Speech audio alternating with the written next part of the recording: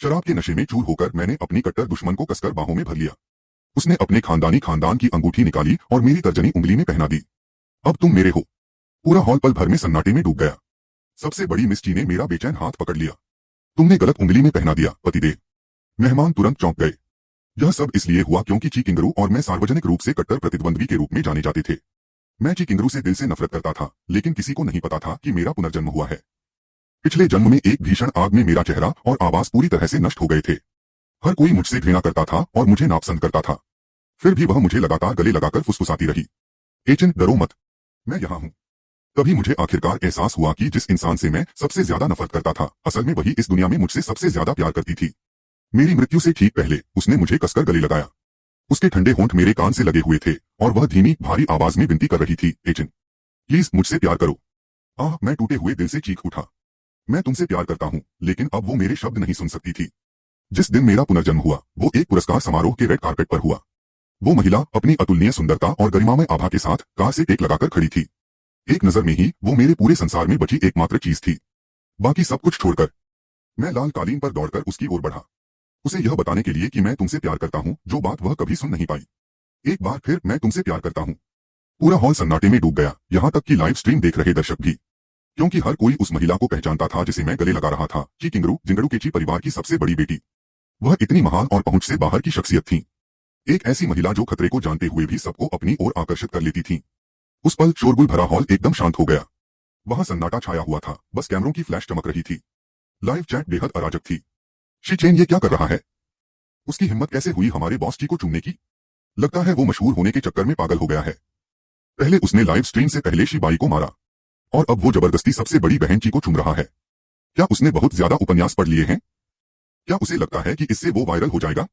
ची परिवार की ये सबसे बड़ी बहन तो पुरुषों से दूरी बनाए रखने के लिए मशहूर है। वह शेरगी की बिल्कुल परवाह नहीं करती। वह खुद को क्या समझता है? उसे तो मरने की इच्छा है। मैंने सुना है बचपन से ही उसकी और बड़ी मालकिन की दुश्मनी है। अब हमें एक अच्छा तमाशा देखना है। मुझे परवाह नहीं। मेरी पत्नी को चूमने की उसकी हिम्मत कैसे हुई? वह जाकर मर क्यों नहीं जाता? चिंता मत करो, बड़ी मालकिन उसे नहीं छोड़ेगी। दर्शक तो छोड़ ही दो, मेरे अच्छे दोस्त और मैनेजर सोंग यी की तो आंखें ही फटी रह गईं। वह उन कुछ लोगों में से एक था जो वास्तव में ची किंगरू के साथ मेरे रिश्ते को समझते थे। हमें बचपन के दोस्त कहा जा सकता है, लेकिन दोस्ती वाले दोस्त बिल्कुल नहीं। इसके विपरीत हमारा रिश्ता इतना खराब था कि ची किंगरू जहां भी आती थी, मुझे उस जगह को कीटाणुरहित करने के लिए एयर फ्रेशनर की जरूरत पड़ती थी। क्योंकि बचपन से ही मुझे हिमोमो पसंद थी, लेकिन हिमोमो सर्वप्रिय ची किंगरू से नफरत करती थी। तो अंधभक्ति के कारण मैं भी बचपन से ही ची किंगरू से नफरत करता था। उस पल सोंग यी के मन में भी वही विचार आया जो इंटरनेट यूजर्स के मन में था। शी चेन शोहरत के लिए पागल हो गया है। पास ही में शी बाई अभी भी अपना चेहरा ढके हुए था। उसकी पुतलियां थोड़ी फैली हुई थीं, लेकिन उसकी आंखों में एक व्यंग्यात्मक मुस्कान थी। शी चेन अब ची किंगरू को उकसाने की हिम्मत कर रहा है। क्या उसे डर नहीं है कि वह पागल औरत उसे मार डालेगी? ची किंगरू के अंगरक्षकों ने हैरानी भरी निगाहों से एक दूसरे को देखा। दरअसल जब मैं दौड़कर वहां पहुंची तो वे मुझे रोकना चाहते थे, लेकिन उनकी तीसरी मालकिन ने एक नजर से ही उन्हें चुप करा दिया। क्या शी परिवार के सबसे बड़े युवा मालिक ने अपनी रणनीति बदल दी है? क्या वह हमारी तीसरी मालकिन को फंसाने के लिए कोई नई चाल चल रहे हैं? क्या युवा मालिक शी ने अपनी मुंह में जहर छिपा रखा है ताकि हमारी तीसरी मालकिन को चुंबन से जहर दे सकें? हालांकि सबका सदमा ची कुंग रो के सामने फीका पड़ गया। जब एचन मेरी ओर दौड़ा तो मुझे लगा कि वह मुझे अपमानित करना चाहता है। मैं सचमुच देखना चाहता था कि यह निर्वासित सबसे बड़ा युवा स्वामी आगे क्या करने की योजना बना रहा है। इससे पहले कि ची किंगरा मेरा मजाक उड़ाने के लिए अपना मुंह खोल पाती, उसने देखा कि मैंने अपनी नजरें नीचे कर ली और ठीक से अपने होंठ उसके होठों से लगा दिए। उसी क्षण ची किंगरा का दिमाग सुन्न हो गया और एक झंझनाहट सी सुनाई दी। वह कठोर भाव से सोचने लगी, क्या आ चेन मेरी गर्दन काटना चाहता था, लेकिन गलती से मेरे मुंह पर काट लिया? क्या मुझे आ चेन को यह याद दिलाने के लिए कुछ कहना चाहिए कि उसने गलत जगह काट लिया है? किंगरू, मैं तुमसे प्यार करती हूँ। मेरी आवाज इतनी कोमल थी मानो कोई हल्की हवा उसे उड़ा ले जाएगी। ची किंगरा का दिल तुरंत धड़क उठा। उसने मुझे दूर धकेलने के लिए अपनी उंगलियां मेरे कंधों पर दबा दी। उसकी इस हरकत ने लाइव स्ट्रीम देखने वालों को उत्साहित कर दिया। देखो, थप्पड़ पड़ने ही वाला है। ची किंगरू ने मेरी तरफ देखा। मेरे चेहरे पर खोई हुई चीज को वापस पाने की मिलीजुली भावनाएं थीं। ची किंगरू का दिल जोर से धड़कने लगा। ठीक उसी समय जब सब लोग उसके जोरदार थप्पड़ का इंतजार कर रहे थे, ची किंगरू ने मेरे चेहरे पर जोर से थप्पड़ मारा और धीरे से मेरे गाल पर हाथ फेरा। क्या हुआ? आ चेन, क्या हुआ? ये क्या हो रहा है? क्या इस शांत स्वभाव वाली बड़ी बहन को अभी थप्पड़ नहीं मारना चाहिए था? उस आदमी को जिसने उसका फायदा उठाया, उसे भगा देना चाहिए था। भीड़ ने हैरानी भरी नजरों से एक दूसरे को देखा। कैमरों की फ्लैश लगातार चमक रही थी। लाइव चैट बिजली की रफ्तार से चल रही थी। दर्शकों की संख्या आसमान छू रही थी। तभी अचानक स्ट्रीम क्रैश हो गई। कनेक्शन टूट गया। प्लेटफॉर्म ठीक करो, जल्दी करो। अगर मैंने मिस ची को उसे थप्पड़ मारते नहीं देखा तो आज रात मुझे नींद नहीं आएगी। उस पल मेरी आंखों के सामने पूरी दुनिया गायब हो गई। मेरी दुनिया में सिर्फ वही थी। मेरी आवाज बुरी तरह बैठ गई थी। मुझे तुम्हारी बहुत याद आ रही थी। मेरे हाथ अब भी उसे थामे हुए थे, उसकी कमर पर कसते हुए, मानो मुझे डर था कि वह कहीं गायब न हो जाए। किंगरू, मैंने तुम्हें बहुत याद किया। ची किंगरू मन ही मन सोचने लगी, आज चैन मुझे किंगरू कह रहा है। कहीं उसने मुझे किसी और के लिए तो नहीं समझ लिया। ची किंगरू एक पल के लिए चुप रही, फिर अचानक चारों ओर देखा। गपशप कर रहे दर्शक अचानक अपना सिर दूसरी ओर घुमा लिया। कुछ लोग आसमान की ओर देख रहे थे, कुछ जमीन की ओर। ची किंगरू जानती थी कि यह बात करने का समय नहीं है। उसने भौहें चढ़ाकर मेरा हाथ पकड़ लिया और मुझे अपनी कमर छोड़ने के लिए कहा, लेकिन उसकी इस हरकत से मैं घबरा गया। मैंने जल्दी से उसे और कसकर गले लगा लिया। मत जाओ, मुझे छोड़कर मत जाओ। ठीक है, अब से मैं आज्ञाकारी रहूंगा, मैं वादा करता हूं। ची किंगरू का कोमल चेहरा बेबसी से भरा हुआ था। मैं तुम्हें छोड़कर नहीं जा रहा। चलो गाड़ी में बैठो। मुझे तुम पर विश्वास नहीं है। मैं हठपूर्वक उससे लिपटा रहा। मुझे डर था कि अगर मैंने तुम्हें छोड़ दिया तो तुम गायब हो जाओगी। यह सब एक सपने जैसा लग रहा था, एक ऐसा खूबसूरत सपना जिसे मैं छोड़ने की हिम्मत नहीं कर पा रहा था। तो फिर तुम्हें मुझे छोड़ने के लिए क्या करना होगा? मुझे चूम लो किंगरू, मुझे चूम लो। मुझे एहसास दिला दो कि तुम सच में हो, प्लीज। मैंने अभी उसे चूमा ही था, लेकिन इससे पहले कि यह सच लगे उसने मुझे दूर धकेल दिया। मैं सचमुच उसे चूमना चाहता था। मैं उसके होठों की गर्माहट महसूस करना चाहता था। मैं नहीं चाहता था कि यह वैसा ही हो जैसा तब हुआ था जब उसने मेरे कान से सटकर बर्फीली ठंडक के साथ मुझसे प्यार करने की भीख मांगी थी। ची किंगरू ने अपने लाल होंठ सिकोड़ लिए। चेन की ज़बान तो हमेशा से मुझे चिढ़ाने का ही काम करती आई है। पता नहीं आज उसे क्या बात सूझी है, पर अचानक वो मुझे बहलाने में इतना माहिर हो गया है। क्या वो मुझे बहकाने की कोशिश कर रहा है? क्या वो पूरे इंटरनेट के सामने कोई सबूत छोड़ना चाहता है ताकि बाद में वो मेरा मजाक उड़ा सके? उसकी खूबसूरती के जाल में फंसने पर ची किंगरू के लाल होंठ हल्के से ऊपर उठ गए। धिक्कार है। बचपन से ही ची किंगरू को सबसे कम डर हनी ट्रैप से लगता है। यह सोचकर ची किंगरू मुस्कुराई। उसकी पतली उंगलियों ने मेरे गाल को छुआ। फिर उसने ऊपर देखा और मुझे गले लगा लिया। ची किंगरू के देखते ही लाइव स्ट्रीम प्लेटफॉर्म सामान्य हो गया। कैमरे पर रेड कार्पेट के अंत में खूबसूरत महिला और आकर्षक पुरुष दिखाई दिए। यह दृश्य किसी परी कथा जैसा सुंदर था। राजकुमार और राजकुमारी के आलिंगन की तरह। उत्साहित नेटिजन्स के ठीक से देखने से पहले ही चैट पर संदेशों की बाढ़ आ गई। मैं बहुत खुश हूँ, बहुत खुश। हे भगवान, क्या हुआ? क्या उसने उसे अपने मुंह से जोर से थप्पड़ मारा? ट्रेंडिंग सर्च में जबरदस्त उछाल आया। कुछ लोगों को लगा कि मैंने सबसे बड़ी मिस्टी के बारे में कुछ ब्लैकमेल करने लायक सामग्री जुटा ली है और उसे धमकी दी है। कुछ लोगों को लगा कि मैंने उसे बहकाया है और एक अन्य समूह को लगा कि मैंने ची किंगरू को वश में करने के लिए किसी तरह के काले जादू का इस्तेमाल किया है। संक्षेप में, नेटिजन्स की नजर में किसी को भी यह विश्वास नहीं हुआ कि ची चिंगरू सचमुच मुझे चुनना चाहता था। ची चिंगरू और मैं समानांतर रेखाएं थीं जिन्हें कभी नहीं काटना चाहिए था। एक स्वर्ग में, एक धरती पर। किसी ने तो तीखी टिप्पणी भी कर दी, बस इंतजार करो, जब मिस ची को होश आएगा तो शीचांग की बुरी मौत होगी। अगर वो नहीं मरा तो वो 360 डिग्री घूमकर गिरेगा। और इस बीच सिल्वर फैंटम की विशाल पिछली सीट पर इंटरनेट उलट पुलट हो रहा था। मैं ची किंगरू के बगल में बैठा था और उसे उत्सुकता से देख रहा था। ची किंगरू आराम से बैठी थी, उसकी पतली उंगलियां फोन पकड़े हुए थीं। हद से ज्यादा चिढ़कर उसने एक और गपशप करने वाले कॉलर का फोन काट दिया और बस अपना फोन बंद कर दिया। तभी उसने मेरी तरफ देखा। जब उसने बात की तो उसकी आवाज शांत थी, फिर भी ठंडी थी। बोलो, क्या तुम्हें भूलने की बीमारी है, या तुम्हारी यादें गड़बड़ हो गई हैं और तुमने गलत व्यक्ति को पकड़ लिया है? मैंने गलत व्यक्ति को नहीं पकड़ा। मैंने झट से सिर हिलाया, सहज ही उसे गले लगाने के लिए हाथ बढ़ाया। ची किंगरा की पलकें फड़फड़ाई। गले नहीं लगाना। मैं आज्ञाकारी होकर वापस बैठ गया। आखिरकार मैंने उसे मना लिया कि वह मुझे छोड़ दे, और अब वह फिर से गले लगाना चाहता है। अब कोई देख नहीं रहा है। ची किंगरा के छोटे से चेहरे पर थोड़ी सी नाराजगी दिखाई दी। जब भी वो बोलता है, मुझे गले लगाने की ये आदत क्यों पड़ गई है? क्या वो पहले भी है मोमो के साथ ऐसा ही करता था? मेरा हाथ रुक गया। मेरी उंगलियां, जो लगभग उसके कपड़ों को छू ही चुकी थीं, पीछे हट गईं। मैंने उसे दया भरी निगाहों से देखा। ची किंगरू ने मुझे ऐसे देखा जैसे उसने मुझे छोड़ दिया हो। कुछ तो गड़बड़ है। ये कट्टर दुश्मन अजीब व्यवहार कर रहा है। ची किंगरू ने अपने होंठ सिकोड़ लिए, अपनी आंखों में संदेह को दबाते हुए पूछा, कहीं तुमने किसी गलत व्यक्ति को तो नहीं पकड़ लिया? तो क्या तुम जानती हो कि मैं कौन हूं?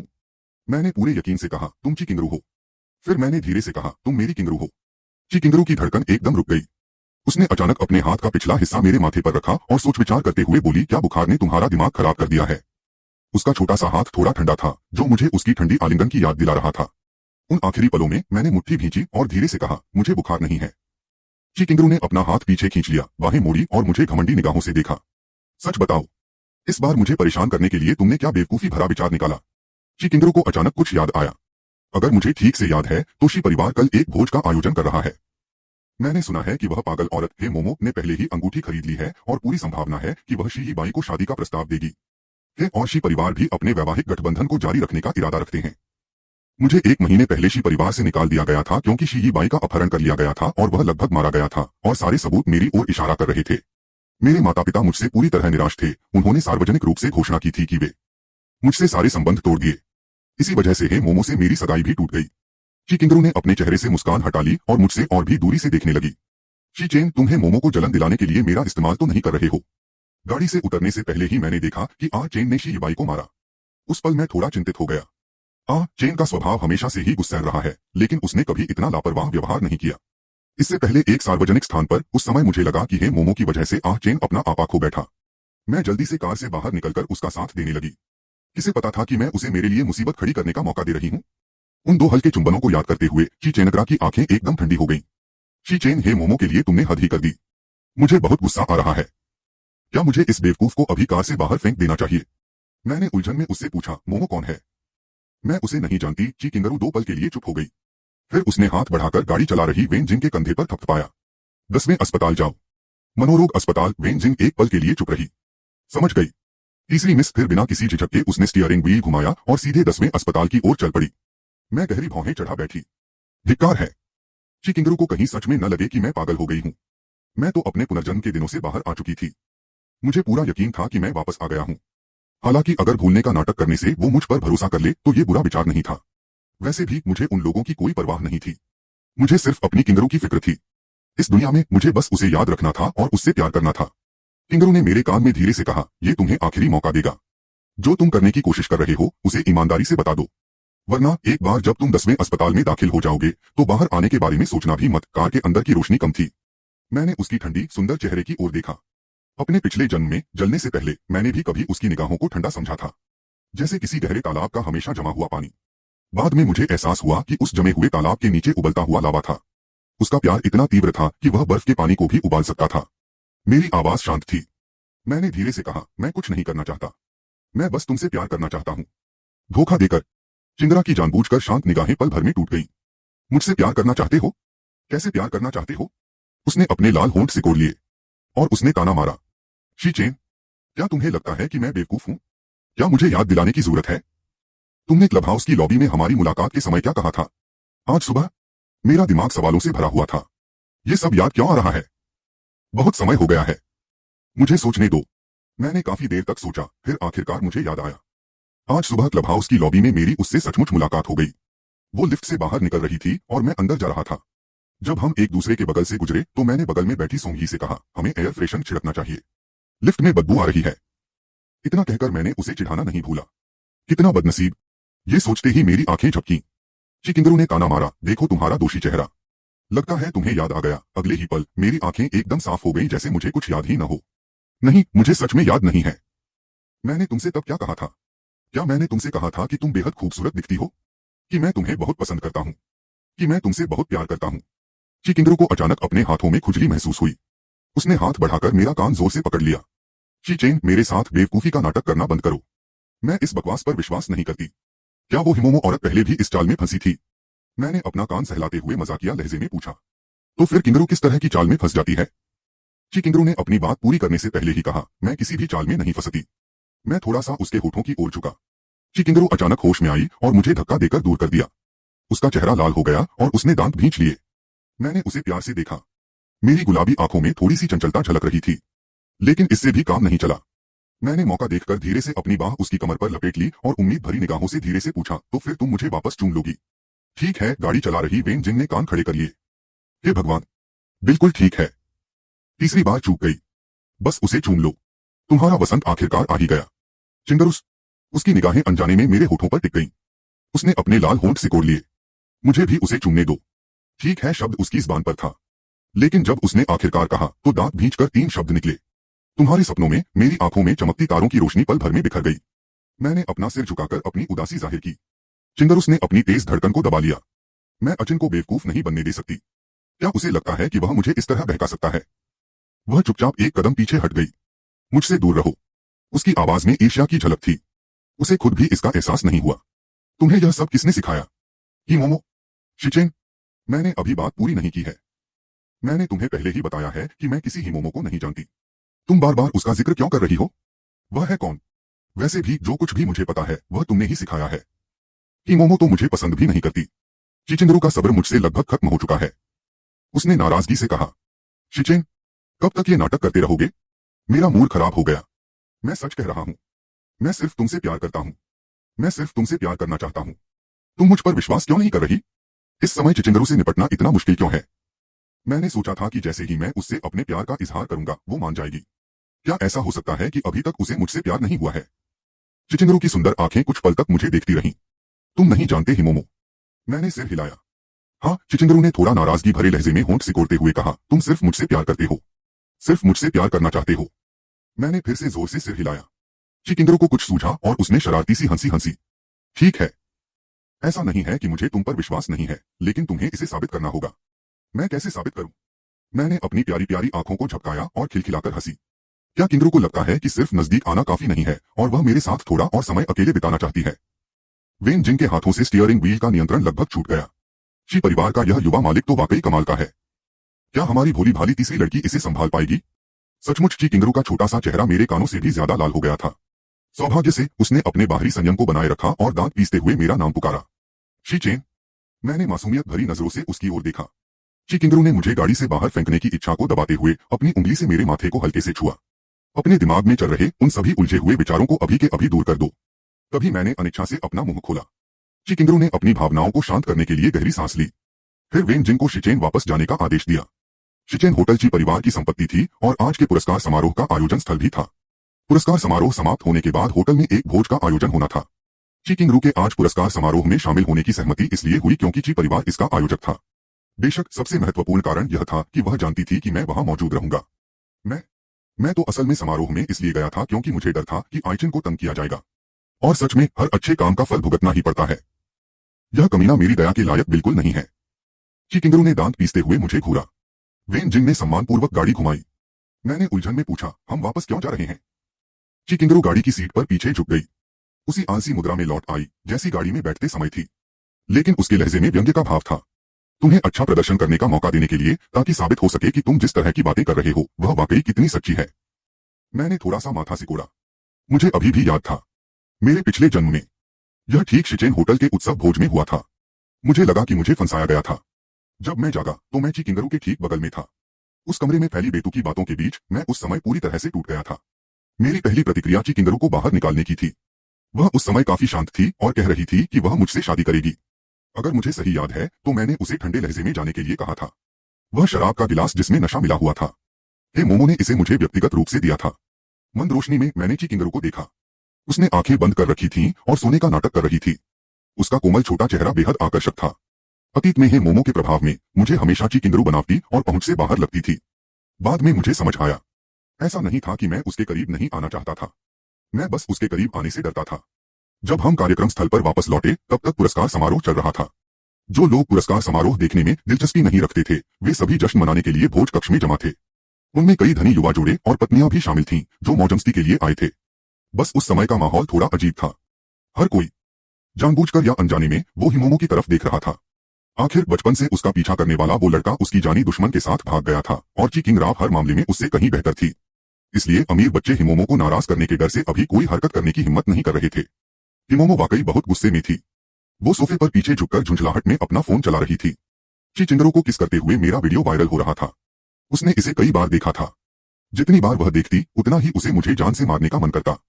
उसने अपना फोन एक तरफ फेंक दिया और बगल में बैठे व्यक्ति से ठंडे लहजे में कहा, किसी को भेजो और इन ट्रेंडिंग सर्च को हटवाओ। उसके बगल में बैठी उसकी सबसे अच्छी दोस्त सुतियान थी जो खुद भी ट्रेंड देख रही थी। उसकी यह बात सुनकर सुतियान थोड़ी हैरान हुई। इन्हें हटा दो। क्यों? कहीं ऐसा तो नहीं कि तुम लोगों को शी चेन को कोसते हुए नहीं देख सकती? किम्मो ने उसे घूर कर देखा। उसे कोसते हुए देखकर मुझे क्या फायदा? सुतियान ने जीभ चटकाई। इससे तुम्हें कोई फायदा नहीं, लेकिन इससे शी यिबाई को फायदा होगा। शी चेन की जितनी बदनामी होगी शी यिबाई की उतनी ही अच्छी होगी। क्योंकि तुम शी यिबाई को पसंद करती हो तो तुम्हें शी चेन की परवाह क्यों है? यह सुनकर हिम्मो और भी नाराज हो गई। क्या तुम पागल हो? सुतियन एक पल के लिए जम गई। मैंने कब कहा कि मुझे शी यिबाई पसंद है? सुतियन पूरी तरह से हैरान थी।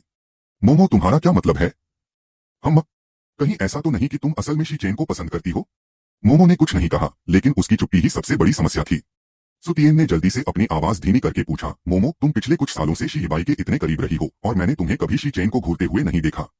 हमारे किसी भी दोस्त से पूछ लो, कौन नहीं सोचता कि तुम शीबाई को पसंद करती हो। सब लोग शीबाई को तुम्हारे बॉयफ्रेंड की तरह मानते हैं।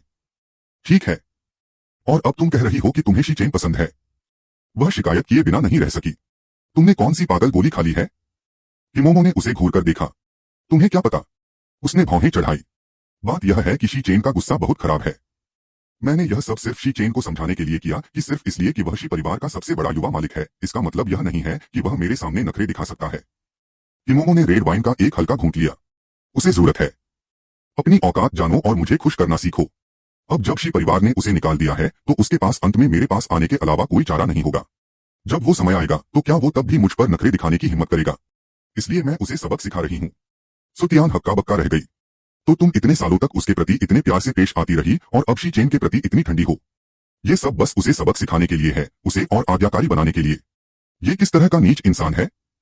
वह इतनी हैरान थी कि उसने लगभग अपनी आंखें घुमा ली। तो क्या तुम कल शी इबाई पर शादी का दबाव नहीं डालोगी? मोमो ने शांत भाव से कहा, मेरा पति हमेशा शी चेन ही रहेगा। सुतियान सचमुच अवाक रह गई। कुछ देर रुकने के बाद उसने मोमो को याद दिलाया, अरे लेकिन अब तो लगता नहीं कि वो तुम्हारे पास वापस आएगा। वो ची किंगरू के पास चला गया है। मोमो अपने हाथ में रखे गिलास से खेलने लगी। मछली के साथ चारा भी न खो दें और किसी और के लिए पति तैयार करने में समय बर्बाद न करें। इसका मतलब है कि मैंने उसे अभी तक पर्याप्त अनुशासन नहीं सिखाया है। वह अभी भी आज्ञाकारी नहीं है। शायद उसने सुन लिया है कि मैं कल शीबाई को शादी का प्रस्ताव देने वाली हूँ, इसीलिए उसने शीबाई को मारा और फिर ची किंगरू के पास चला गया। उसे लगता है कि ऐसा करने से मैं अपना मन बदल लूंगी। उसने ताना मारा। शी चेन ने इस बारे में सोचा भी नहीं। चिचिंगरू जानती है कि वो मेरा दीवाना है। क्या वो उसे जरा भी भाव देगी? वो तो बस अपमान मोल ले रहा है। हिमोमो ने शराब का एक घूंट लिया और बेफिक्री से बोली, चिंता मत करो, ज्यादा देर नहीं लगेगी। इससे पहले कि वो मेरे पास गिड़गिड़ाते हुए वापस आए, उसके बोलने के कुछ ही सेकंड बाद भोजघर के भारी दरवाजे धीरे से खुल गए। हॉल में मौजूद लोग उधर देखने लगे, उनके चेहरे भावहीन हो गए। एक प्रभावशाली व्यक्तित्व वाली महिला आराम से अंदर आई। फिर सबने मुझे उसके साथ अंदर आते देखा। हिम्मो अचानक सीधी होकर बैठ गई और मुझे घूरने लगी। ची किंगरू ने हिम्मो को देखकर मुस्कुराया और फिर अपनी उंगलियां मेरी उंगलियों में फंसा ली। हम दोनों एक खाली सोफे पर बैठ गए। मुझे नहीं पता कि ची किंगरू ने जानबूझकर ऐसा किया या नहीं, लेकिन हम हिम्मो और उसके समूह के ठीक सामने बैठे थे। लगभग 10 मीटर की दूरी पर खड़े थे। भोजघर में एक पल के लिए सन्नाटा छा गया। हिमोमो ने आदेशात्मक स्वर में कहा, आह चेन, अभी यहीं आओ। ची किंगरू मीठी मुस्कान के साथ सोफे के पीछे आराम से झुक गई। उसने धीरे से पूछा, क्या तुम इधर आना चाहते हो? बोलते हुए वह मेरे हाथ से खेलने लगी। मैंने सिर हिलाया और उलझन भरे स्वर में कहा, मैं उसे नहीं जानता, मैं नहीं जा रहा। हिमोमो समेत सभी लोग समझ गए कि इसका क्या मतलब है। हिमोमो ने अपने गाल फुला लिए। शी चेन, मैं तुम्हें एक और मौका दे रही हूँ, अभी यहीं आ जाओ। ची किंगरा की आंखों में धूर्तता झलक रही थी। उसने मुंह बनाया और मेरे कान के पास झुककर बोली, शी चेन, क्या तुम मुझे अपना प्यार साबित नहीं करना चाहते थे? उसकी गर्म सांसों से मेरा दिल ढोल की तरह धड़कने लगा। उसने धीरे से गुनगुनाया, तो क्या तुम हिम्मो के सामने मुझे चूमने की हिम्मत करोगे? जैसे ही उसने बोलना समाप्त किया, उसने देखा कि मेरी आंखें चमक उठी। चिचिंगरू को अचानक कुछ बुरा सा महसूस हुआ और सच में अगले ही पल मैंने बिना किसी झिझक के उसे चूम लिया। अचानक चारों ओर सिसकियां गूंज उठी। भोज कक्ष और भी शांत हो गया। उसकी हिम्मत कैसे हुई? आज कितनी बार ऐसा हुआ? अगर वह सच में हिम्मो को उकसाना चाहता है, क्या उसे हद से ज्यादा आगे बढ़ने का डर नहीं है? और उसे पूरी तरह से क्रोधित करते हुए एक महिला की उपहास भरी हंसी मेरे कानों तक पहुंची। ची किंगरू अचानक वास्तविकता में लौट आई। मिस है क्या करने की कोशिश कर रही हैं? ची किंगरू ने तिरछी नजर से देखा। मोमो पहले ही खड़ी हो चुकी थी, स्पष्ट रूप से हमारी ओर बढ़ने का इरादा रखती थी, लेकिन उसे एक दूसरी महिला ने रोक दिया। मोमो को रोकने वाली ची किंगरू की दोस्त सोंग वॉन वॉन थी। जब ची किंगरू अंदर आई तो वह और उसकी सहेलियां यहां आना चाहती थीं, लेकिन मुझे पीछे आते देख उन्होंने पहले देखने का फैसला किया। मैंने सारे ट्रेंडिंग सर्च देखे। मुझे बस इस बात का अफसोस था कि मैं खुद इस ड्रामे को होते हुए नहीं देख सकती थी। मुझे उम्मीद नहीं थी कि मुझे यहाँ लाइव देखने को मिलेगा। हाँ, सोंग वान वान हैरान तो थी ही, साथ ही वह मोमो पर भी नजर रख रही थी। और सच में सोंग वान वान ने बिना सोचे समझे मोमो को रोक दिया। क्या तुम मेरे प्यारे से पल को बर्बाद कर रही हो? मैं इस पागल औरत मोमो को इसे कैसे बर्बाद करने दे सकती थी? बिल्कुल नहीं। मोमो के होठों के कोने व्यंग्य भरी मुस्कान में मुड़ गए। रास्ते से हट जाओ, सोंग वान वान ने ठंडे लहजे में कहा। तुम मुझे हटने को कहोगी तो मैं हट जाऊंगी। क्या तुम्हें लगता है कि मुझे अपनी इज्जत की परवाह नहीं है? मोमो ने गुस्से से कहा। वह एक बार और कहेगा तो हट जाएगा। सोंग वान वान ने कंधे उचका दिए। उसके चेहरे पर एक शरारती मुस्कान थी। मैं चाहती हूँ। तुम क्या करोगी? मोमो ने गहरी भौहें चढ़ाते हुए उंगली उठाकर सोंग वान वान के चेहरे की ओर इशारा किया। सोंग वान वान एक कदम पीछे हट गई। मुझ पर उंगली उठाना बंद करो। मुझे नफरत है जब लोग मुझ पर उंगली उठाते हैं। माहौल तुरंत तनावपूर्ण हो गया। बाकी लोग तो जोर से सांस भी नहीं ले पा रहे थे। तभी मुझे समझ आया, तो किंग राव का साबित करो कहने का यही मतलब था। उसे यकीन नहीं था कि मैं उससे प्यार करता हूँ। उसे अब भी लगता था कि मैं उसका इस्तेमाल कर रहा हूँ। उसे लगता था कि मैं हिमोमो के सामने उसे चूमने की हिम्मत नहीं करूंगा। शर्त लगाओ, तुमने इसकी उम्मीद नहीं की होगी, है ना? मैं खुशी खुशी 1000 बार ऐसा कर सकता हूँ। किंग राव ने इस गतिरोध को देखा और धीरे से बोली, बस करो। पल भर में सन्नाटा छा गया। 1 दर्जन से ज्यादा लोग किंग राव की तरफ देखने लगे। किंग राव की आवाज में गुस्से की झलक थी। मेरे यहाँ गंदगी मत फैलाओ। बाकी लोगों को ऐसा लगा जैसे उन पर ठंडे पानी की बाल्टी उड़ेल दी गई हो।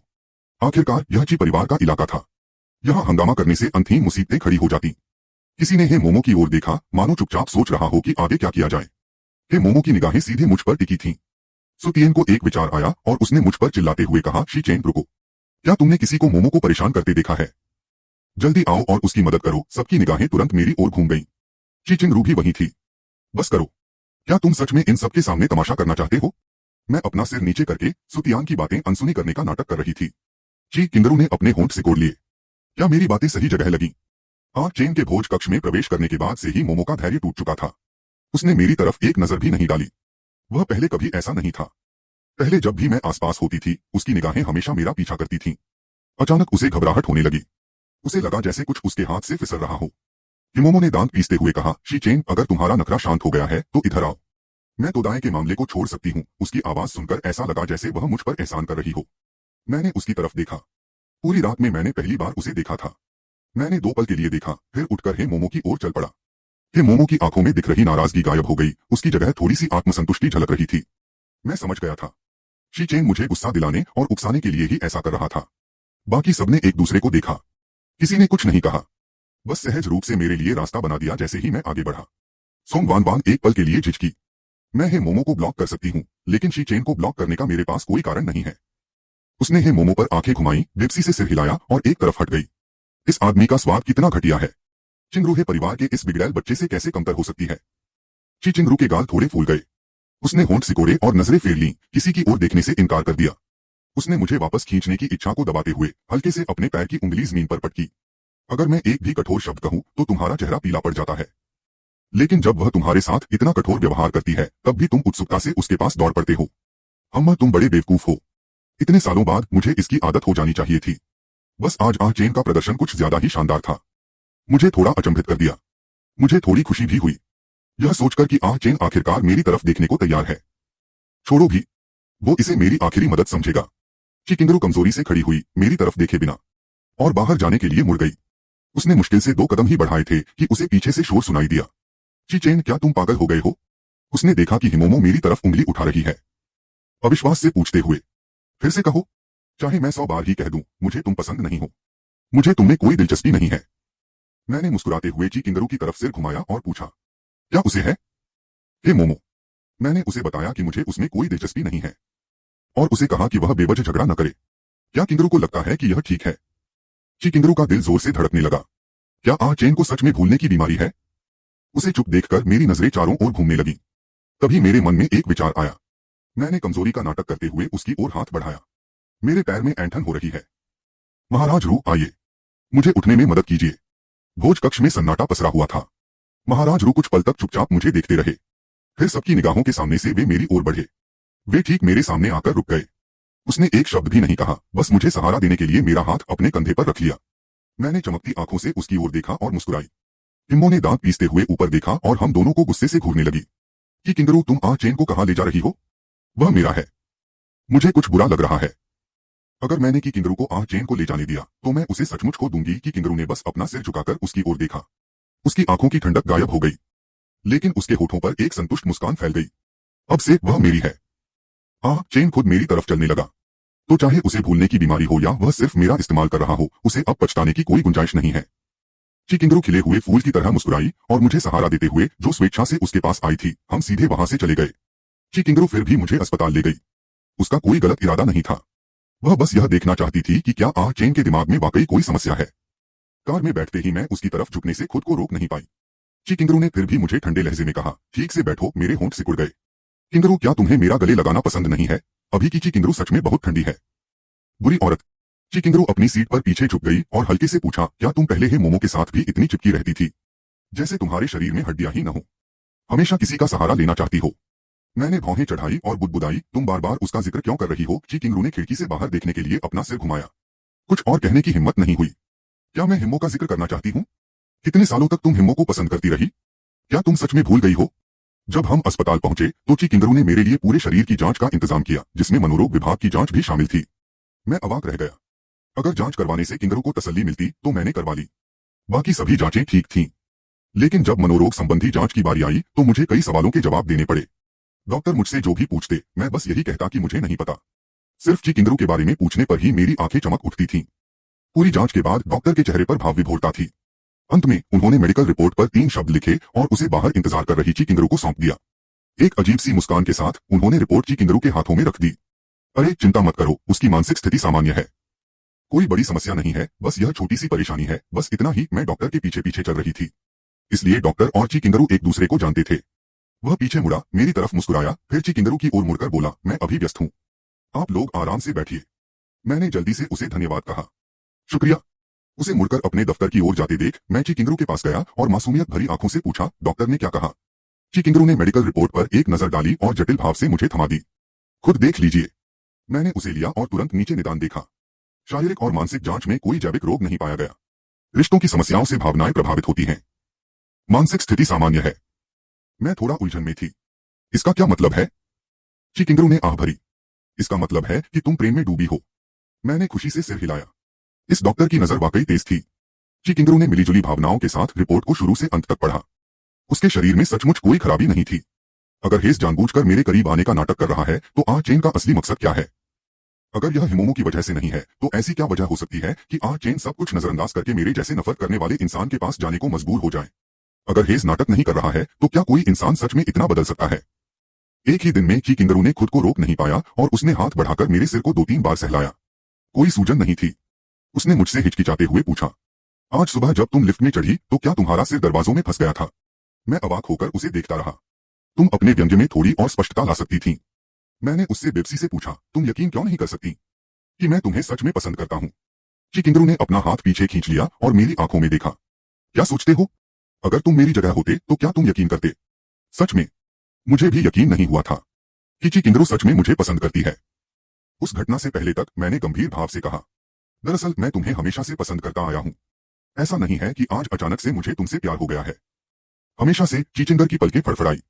हमेशा का मतलब समझ न आने पर मैंने गंभीरता से कहा, बात बस इतनी सी है कि पहले मैं तुम्हारे करीब आने की हिम्मत नहीं कर पाया। तुम बहुत अद्भुत हो और तुम हमेशा से मेरे प्रति उदासीन रहे। मुझे हमेशा लगता था कि मैं तुम्हारे लायक नहीं हूँ। मेरी आवाज थोड़ी उदास थी। ची किंगरू ने भौहें चढ़ाई, गुस्से और हंसी दोनों के भाव से। शी चेन, खुद को पीड़ित मत दिखाओ। तुम ही तो हमेशा मेरे प्रति इतने ठंडे रहे हो। मैंने पलटकर जवाब देना शुरू किया, मैं बस इसलिए निराश थी क्योंकि मैं तुम्हें पा नहीं सकती थी। मेरा प्यार नफरत में बदल गया था। ची किंगरू ने और भी कसकर दांत। शी चेन, लगता है मैंने पिछले जन्म में तुम्हारा कुछ कर्ज लिया था। मैं हल्के से हंसा, अपना हाथ उसके कंधे पर रखा और झुककर उसके गाल को हल्के से छुआ। फिर मैंने फुसफुसाते हुए कहा, नहीं, मैं तुम्हारा कर्जदार हूँ मेरी किंगरू। शी किंगरू के दिल में जो झुंझलाहट थी वह थोड़ी कम हो गई। उसने ठंडे लहजे में कहा, तुम मेरे कर्जदार हो तो फिर तुम्हें ही मुझे ढोना चाहिए था। क्या तुमने कभी किसी देनदार को अपने लेनदार के सामने इतना घमंडी होते देखा है? मैंने उसे बहुत गंभीरता से जवाब दिया, आमतौर पर लेनदार के लिए कर्ज वसूलना कभी आसान नहीं होता। कर्ज जितना बड़ा होता है उसे वसूलना उतना ही मुश्किल होता है। इसलिए लेनदार को देनदार को मनाना और उसका साथ देना पड़ता है, तभी धीरे धीरे कर्ज चुकाया जा सकता है। ची किंगरू ने हल्के से उपहास किया, तुम्हारी सोच तो बिल्कुल उल्टी है। मैं फिर से उसके करीब झुक गया। उसके कान में फुसफुसाते हुए कहा, तुम्हारा कर्ज बहुत बड़ा है, इसलिए तुम्हें जीवन भर मेरे साथ रहना होगा। इस तरह जीवन भर का समय मिल जाएगा धीरे धीरे अपने प्रेमी का कर्ज चुकाने के लिए। ठीक है, जीवन भर। हम दोनों लिफ्ट में चले गए। उसने ऊपर देखते हुए मेरी ओर ध्यान से देखा। शी चेन, क्या तुम जानते हो कि एक जीवनकाल का क्या अर्थ होता है? बिल्कुल जानता हूं। मैंने उसकी आंखों में गहराई से देखते हुए एक एक शब्द करके उत्तर दिया। एक जीवनकाल का अर्थ है कभी न छोड़ना, कभी हार न मानना और बुढ़ापे तक साथ रहना। शी किंगरू और मैं अब एक ही अपार्टमेंट बिल्डिंग में रहते थे। वह ऊपर थी और मैं नीचे। शी परिवार से निकाले जाने के बाद मेरे पास कुछ समय के लिए रहने की कोई जगह नहीं थी। सोंगजी ने मेरे लिए यह जगह किराए पर ली थी। बाद में मुझे पता चला कि यह अपार्टमेंट असल में ची किंगरू का था। उसने चुपके से किसी को सोंगजी को कम किराए पर यह अपार्टमेंट किराए पर दिलवा दिया था। ची किंगरू मुझे घर तक छोड़ने आई। क्या मैं सच में आपके यहाँ नहीं रह सकती? ची किंगरू ने बस मुझे एक नजर देखा। थोड़ा संयम रखो, मैंने निराशा से कहा। ओह, और घर की ओर चल पड़ी। हर 3 कदम पर पीछे मुड़कर उसे देखती रही। ची किंगरू घृणा भरी नजरों से लिफ्ट के पास खड़ी थी। मुझे अनिच्छा से अपने कमरे में प्रवेश करते हुए देख रही थी। जब उसे यकीन हो गया कि मैंने दरवाजा बंद कर दिया है तो ची दादी के चेहरे पर घृणा पल भर में खुशी में बदल गई। उनके होठों के कोने ऊपर उठे, फिर उन्होंने उन्हें नीचे दबा लिया। आज रात वाकई रोमांचक थी। इतने सारे भावनात्मक उतार चढ़ाव। अभी भी अस्पताल की लिफ्ट में चेन के शब्द कभी नहीं भूले, कभी हार नहीं मानी। बुढ़ापे तक साथ रहने की बात अब भी मेरे कानों में गूंज रही है। लेकिन फिर भी यह सब अवास्तविक सा लगता है। कहीं मैं सपना तो नहीं देख रही? मुझे नहीं पता था कि मेरे कार्यों और शब्दों ने उसके अंदर सालों से दबे प्यार को अचानक जगा दिया है। भगवान ही जानता है कि आज चेन को अपने साथ घर ले जाने की इच्छा को रोकने के लिए मुझे अभी कितना संयम बरतना पड़ा। ची किंगरू ने मेरे कसकर बंद दरवाजे पर आखिरी नजर डाली, फिर मुड़ी, ऊपर गई और नहाने के लिए बाथरूम में चली गई। अचानक ची किंगरू के हाथ के पिछले हिस्से में तेज दर्द हुआ। वह सदमे से चीख पड़ी। माउथ वॉश का कप गिराकर उसने हाथ उठाकर अपनी त्वचा को देखा। त्वचा पर कोई निशान नहीं थे, लेकिन दर्द अभी भी था। ची किंगरू ने नल बंद किया और बाथरूम से बाहर निकलने के लिए मुड़ी। वह सोफे पर बैठ गई और हाथ उठाकर सोफे के पिछले हिस्से को देखने लगी। दर्द धीरे धीरे कम हो रहा था। ची किंगरू सोफे से टेक लगाकर आंखें बंद कर लीं। तभी दरवाजे की घंटी बजी। उन्होंने आंखें खोलीं और तुरंत देखा कि दरवाजे की स्क्रीन पर वही शरारती बेशर्म चेहरा दिख रहा था। ची किंगरू ने बेबसी से आह भरी, चेन, क्या तुम मुझे थोड़ी देर चैन से नहीं रहने दे सकते? फिर उन्होंने खुद पर हंसते हुए कहा, छोड़ो। क्या मैं यही उम्मीद नहीं कर रही थी कि वह आ जाए? ची किंगरू चलकर दरवाजा खोला। उन्होंने बेबसी भरे स्वर में कहा, शी चेन, क्या तुम्हें पता है कि कितना समय हो गया है? उन्होंने देखा कि मैंने अभी भी वही कपड़े पहने हुए हैं जो पहले पहने थे। मैं सोच रही थी कि वापस आने के बाद से मैं क्या कर रही थी। मैं दरवाजे पर खड़ी थी और दयनीय भाव से उसकी ओर हाथ बढ़ा रही थी। किंगरू, माओचू ने मेरे हाथ पर खरोंच लगा दी है। खरोंच का निशान साफ दिख रहा था। ची किंगरू ने मेरी चोट को गौर से देखा। अचानक बेचैनी से उसका दिल जोर से धड़कने लगा। क्या यह वही जगह नहीं है जहां मुझे अभी दर्द हुआ था? क्या यह महज एक संयोग है? वह होश में आई और बोली, क्या तुमने इसका इलाज किया है? मैंने सिर हिलाया। मुझे नहीं पता कैसे करते हैं। ची किंगरू ने भौहें चढ़ाई। तुम्हारे पास बिल्ली है और तुम्हें खरोंच का इलाज करना नहीं आता? हाँ, सही है। माओ क्यों मेरी बिल्ली थी। मैंने उसे 4 साल पाला था। जब मैंने शी परिवार छोड़ा तो वही एकमात्र चीज थी जिसे मैं अपने साथ ले गई थी। मैंने ऐसे जवाब दिया जैसे यह दुनिया की सबसे स्वाभाविक बात हो। लेकिन मुझे पहले कभी किसी बिल्ली ने खरोंचा नहीं था। क्या यह स्वाभाविक नहीं है कि मुझे पता न हो? ची किंगरू अब मुझसे बहस नहीं करना चाहती थी। उसने मेरी कलाई पकड़ी और मुझे कमरे में खींच लिया। मेरी आंखों में हल्की सी मुस्कान झलक गई। ची किंगरू ने अचानक अपना सिर घुमाया। मैंने पलकें झपकाईं और तुरंत फिर से दयनीय दिखने लगा। क्या हुआ? उसकी अभिनय क्षमता तो वाकई लाजवाब है। ची किंगरू ने मन ही मन उपहास किया और मुझे रसोई में खींच ले गई। उसने नल चालू किया, मेरा हाथ पकड़ा और उसे बहते पानी के नीचे रख दिया, जिससे साफ पानी मेरे घाव पर बह गया। मैं थोड़ा सा सिहर उठा। पानी से घाव में जलन हो रही थी। मेरा हाथ पकड़े हुए ची किंगरू अचानक कांप उठी। उसे अचानक कुछ बुरा होने का आभास हुआ, क्योंकि उसी क्षण उसके हाथ के पिछले हिस्से में भी हल्का दर्द हुआ। दर्द? उसने मेरे घाव को ध्यान से देखा। खरोंच ज्यादा गहरी नहीं थी, बस त्वचा को हल्का सा चीरा लगा था। थोड़ा सा खून बह रहा था। धीरे धीरे सांस लेते हुए उसने अपने अजीब विचारों को दबा दिया। ची किंगरू बोली, मैं बाद में किसी को भेज दूंगी जो तुम्हें रेबीज का टीका लगा देगा, ठीक है? मैंने सिर हिलाया। हम दोनों इस समय बहुत करीब खड़े थे। मैंने अपना सिर थोड़ा नीचे किया और उसकी सिकुड़ी हुई भौहों वाला छोटा सा चेहरा देखा। मैंने उसकी सिकुड़ी हुई भौहों पर नजर डाली। मेरा दिल थोड़ा सा धड़क उठा। ची किंगरू को घूरे जाने से असहज महसूस हुआ और उसने लापरवाही से अपने कपड़े और कसकर खींच लिए। मैंने उसे एक नजर देखा। कंजूस। ची किंगरू एक पल चुप रही, फिर उत्सुकता से पूछा, तुम्हारी बिल्ली ने तुम्हें क्यों खरोंचा? तुमने इसे इतने सालों तक पाला है, यह अचानक तुम्हें क्यों खरोंचेगी? खासकर एक नर बिल्ली जिसे मैंने खुद नसबंदी करवाई थी। मैंने मन ही मन बुदबुदाया, मुझे नहीं पता। मुझे लगता है मेरे घर में कुछ अपवित्र है। ची किंगरू थोड़ी अवाक रह गई। एचएन दिन ब दिन और भी अजीब होता जा रहा है। वह कुछ भी मनगढ़ंत बातें बना सकता है। मैंने आगे कहा। गंभीर आंखों से उसकी ओर देखते हुए, उसने शायद कोई भूत देख लिया है, इसीलिए वह पागल हो गया है। किंगरू, अब तो मैं वापस जाने की हिम्मत भी नहीं कर सकती। सच में, वह इस समय बहुत ही उग्र है। मुझे देखते ही वो बेकाबू हो जाता है। मुझे सच में थोड़ा बुरा लग रहा था। मुझे लगा जैसे माओचू को पता चल गया हो कि मुझ में कुछ गड़बड़ है। ची किंगरू चुपचाप मेरी मनगढ़ंत बातें सुन रही थी, इसलिए मैंने उम्मीद भरी निगाहों से उसकी तरफ देखा। तो क्या मैं तुम्हारे घर रुक सकती हूँ? सिर्फ एक रात के लिए? ची किंगरू मेरे करीब आई और मेरी तरफ देखा। शी चेन, मुझे ये पहली बार पता चल रहा है कि तुम कितने बेदर्द हो। मैंने पूरी गंभीरता से कहा। मैंने जो कुछ भी कहा वो सच है। अगर तुम्हें यकीन नहीं है तो मेरे साथ नीचे आओ और खुद देख लो। ची किंगरू ने कुछ पल मेरी तरफ देखा। अचानक उस अजीब दर्द को याद करके उसने सिर हिलाया। ठीक है। इतना कहकर वह बैठक की ओर चली गई। बस अब और नहीं धोना, पहले अपना हाथ सुखा लो, इससे कीटाणुरहित हो जाएगा। उसने प्राथमिक चिकित्सा किट निकाली, मेरा हाथ पकड़ा और आयोडीन में डूबी रुई से घाव पर लगाया। जैसे ही उसने लगाया, मेरे हाथ में तेज चुभन वाला दर्द हुआ। क्यूई किंगरू के हाथ में रुई का फाहा अकड़ गया। मेरे दर्द का एहसास और भी स्पष्ट होता जा रहा था। उसने मेरी तरफ देखा। क्या दर्द हो रहा है? मैंने सिर हिलाकर कहा, बस थोड़ा सा। क्यूई किंगरू जानती थी कि दर्द बस थोड़ा सा ही है। उसने गहरी सांस ली और रुई का फाहा फेंक दिया। चलो चलते हैं। चलो तुम्हारा घर देखते हैं। नीचे पहुंचते ही दरवाजा खुलते ही मैं क्यूई किंगरू के पीछे छिप गई।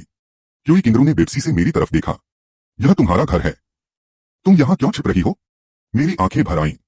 जटिल भावनाएं। वह सचमुच बहुत उग्र है। अभी जब मैं घर आई तो माओचू सोफे पर सिकुड़कर सो रहा था, बिल्कुल एक नन्ही सी मुलायम गेंद की तरह। मैं उसके बगल में बैठ गई और कुछ देर खोई रही, अपनी उंगलियों से उसके रोएदार सिर को धीरे से सहलाती रही। मैंने उसे बहुत लंबे समय से नहीं देखा था। मेरे पिछले जन्म की उस आग में माओचू बच नहीं पाया था। अचानक वह जाग गया। सबसे पहले उसने अपना सिर मेरी हथेली पर रगड़ा, लेकिन जैसे ही वह मुझ पर कूदने वाला था, उसकी गोल आंखें अचानक चौड़ी हो गईं। पल भर में ही उसके रोंगटे खड़े हो गए और वह हिंसक हो गया। इससे पहले कि मैं अपना हाथ पीछे खींच पाती, उसने मुझे खरोंच दिया। मैं जल्दी से खड़ी हुई और पीछे हट गई। माओचू ने अपनी पीठ झुकाई और मुझे घूरने लगा। उसे मुझ पर झपटने ही वाला देखकर मैं अनजाने में ऊपर ची किंगरू के घर की ओर भागी। अब जैसे ही दरवाजा खुला, अंदर की बत्तियां अभी भी जल रही थीं।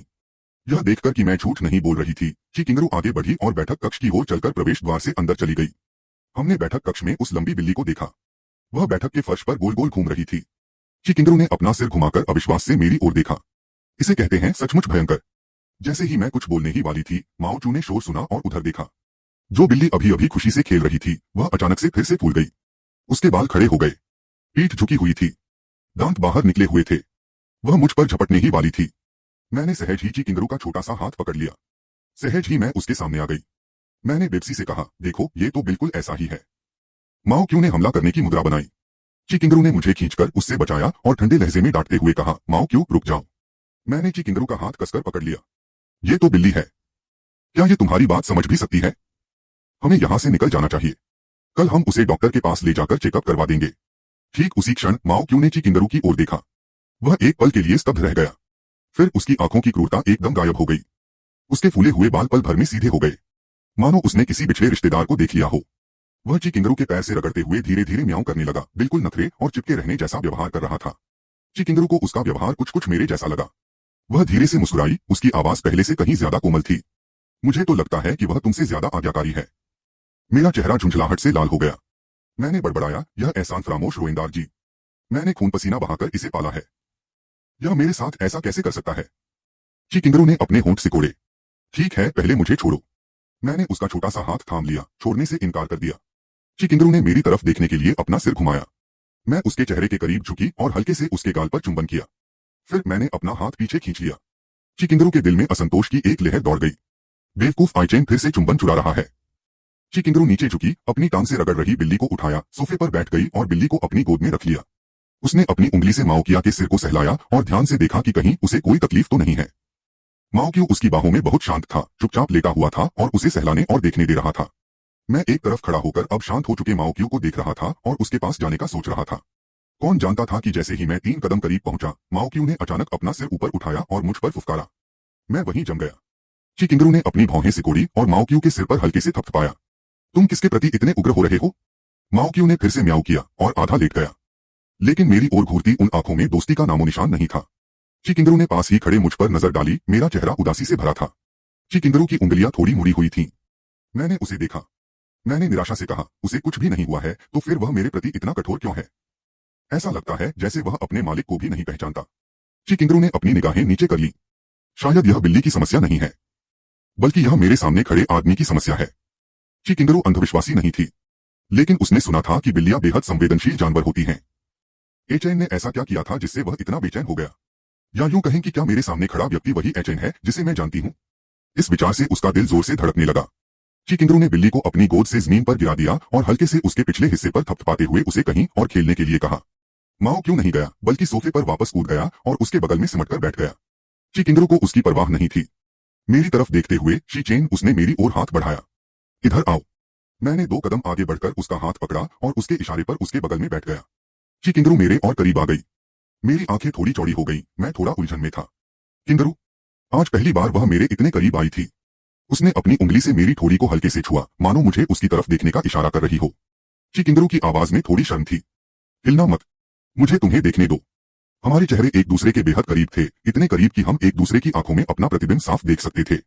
मैंने उलझन में पूछा, क्या देख रहे हो? चिकिंगरू के छोटे से हाथ ने धीरे से मेरे चेहरे को छुआ। उसने मेरी ओर देखा। उसकी निर्मल आंखों में मेरी छवि झलक रही थी। इस क्षण मुझे यकीन हो गया, मेरे बगल में बैठा आदमी आइचेन है। उसने मेरी ओर देखा और थोड़ा शर्मा गई। आइचेन, अब यहां कोई और नहीं है। मैं उसके शब्दों का छिपा अर्थ नहीं समझ पाई। और फिर चिकिंगरू धीरे धीरे मेरे करीब आ गई। थोड़ी भारी आवाज में उसने पूछा, क्या तुम अब भी चुंबन करना चाहते हो? उसकी सांसें गर्म थीं, बोलते समय उसके होंठ इतने करीब थे, लगभग मेरे होठों को छूते हुए। मेरी सांस अटक गई क्योंकि मैंने उसकी आंखों में स्पष्ट रूप से स्नेह और गंभीरता देखी। मैं इस नजर से अच्छी तरह वाकिफ था। मेरे पिछले जन्म में उसने मुझे ठीक इसी तरह देखा था। उस दिन के बाद, जैसा कि सभी को अनुमान था, संबंधित वीडियो सामने आ गए। चिकिंगरू और मेरे बीच के रिश्ते की खबर किसी और ने लीक की थी कि चिकिंगरू और जिंगडू के सुपरिवार के दूसरे युवा मालिक सगाई की तैयारी कर रहे थे। दोनों परिवारों ने नए साल से पहले ही इस पर सहमति जता दी थी। दूसरे युवा स्वामी सुमुहेई ने वीवो पर एक पोस्ट किया जिसमें उन्होंने स्पष्ट रूप से कहा, जो अनेक अन्याय करता है उसका विनाश निश्चित है। सबको पता था कि वह मेरे बारे में बात कर रहे थे। कुछ समय के लिए मेरे प्रति लोगों में काफी दुर्भावना का भाव पैदा हो गया। हालांकि बाद में उस पोस्ट को तुरंत हटा दिया गया। सुमुहेई ने पोस्ट डिलीट कर माफी मांगी और चिकिंगरू ने स्वयं वीवो पर स्पष्टीकरण दिया। उसने कहा कि वही मुझसे संबंध बनाने की कोशिश कर रही थी और सुमुहेई से उसका कोई रिश्ता नहीं था। लेकिन तब तक लगभग कोई भी इस बात पर यकीन करने को तैयार नहीं था। मैं जनता के गुस्से से घिरी हुई थी। मुझ पर बहुत दबाव था। शी परिवार में मेरे माता पिता भी मुझसे ठंडा व्यवहार करने लगे थे। इम्मो की तो बात ही छोड़िए, वह मुझे दूरी और अस्वीकृति भरी नजरों से देखती थी। उस दौरान मैं बहुत दर्द में थी। अपनी पीड़ादायक भावनाओं को व्यक्त करने के लिए मेरे पास कोई जगह नहीं थी। मैं उन्हें केवल चिकिंगरू पर ही उंडेल सकता था। उस समय वह मुझे ठीक इसी तरह देखती थी, लेकिन उस समय के मुझ में उसकी इस स्नेह को दुर्भावना समझ लिया था। बहुत समय बाद जाकर मुझे समझ आया, उसकी आंखों में जो दृढ़ता और कोमलता थी, वह एक ऐसा प्यार था जिसे उसने कई वर्षों तक दबा रखा था। वह मुझे बहुत लंबे समय से पसंद करती थी। मुझे अचानक खोया हुआ देखकर चिकिंगरू ने हल्के से अपने होंठ सिकोड़े और पूछा, अब और चुंबन नहीं करना चाहते? मैं होश में आया, मेरे हाथ अनायास ही उसे गले लगा लिया। नहीं। तो फिर चुंबन करो। उसकी आवाज में अनजाने में शर्म झलक रही थी। मैं खुद को एचेन के चुंबन के लिए पेश कर रही हूँ। उसके शब्दों से मेरे कान जल उठे। लेकिन अभी उस छोटे से पल में मुझे अचानक अपने पिछले जीवन की घटनाएं याद आ गईं। मुझे पता था कि मुझे पहले इस बारे में स्पष्ट रूप से पूछना होगा। मैंने हाथ बढ़ाया और उसे धीरे से थोड़ा पीछे धकेल दिया। जब उसने थोड़ी शर्मिंदगी और झुंझलाहट के साथ मेरी तरफ देखा, मैंने सीधे सीधे पूछा, क्या तुम और सुमुहे की सगाई हो रही है? चिचिंगरू एकदम जम गई। सुमुहे कौन है? मेरे चेहरे पर झुंझलाहट साफ झलक रही थी। दरअसल पिछली बार उसने मुझे समझाया था, सुमुहे से उसका कोई रिश्ता नहीं था। उनके परिवारों ने एक बार उनकी मुलाकात करवाई थी, लेकिन उसने उसी समय उसे साफ साफ मना कर दिया था। बस आज चिचिंगरू और मैं चर्चा में हैं। अब हर कोई हमारे रिश्ते के बारे में अटकलें लगा रहा है। हालांकि इस बार मेरी सगाई किसी ने नहीं करवाई, लेकिन मेरे पिछले जन्म के घटनाक्रम के अनुसार कल चिकिंगरू और सुमो की सगाई की खबर ट्रेंडिंग लिस्ट में सबसे ऊपर होगी। सुमोहे भी वही पोस्ट दोबारा करेंगे। इसलिए इस बार मुझे पहले इस मामले को सुलझाना होगा। मैं जनमत के भड़कने का इंतजार नहीं कर सकती, इससे पहले कि मैं इसे ठीक करने की कोशिश करूं। आजकल लोग अक्सर बाद में दी गई स्पष्टीकरणों पर विश्वास नहीं करते। मैंने उसे घूरते हुए याद दिलाया, सुपरिवार के दूसरे छोटे मालिक सुमुहे, जो नए साल से पहले विदेश से लौटे थे। क्या तुम दोनों ब्लाइंड डेट पर नहीं गए थे? और अब भी कह रही हो कि उसे नहीं जानती? वैसे चिचिंगरू और सुमो की ब्लाइंड डेट के दौरान मैं उनसे अचानक मिल गई थी। उस समय वे दोनों एक रेस्टोरेंट के प्राइवेट रूम से कंधा मिलाकर बाहर निकल रहे थे।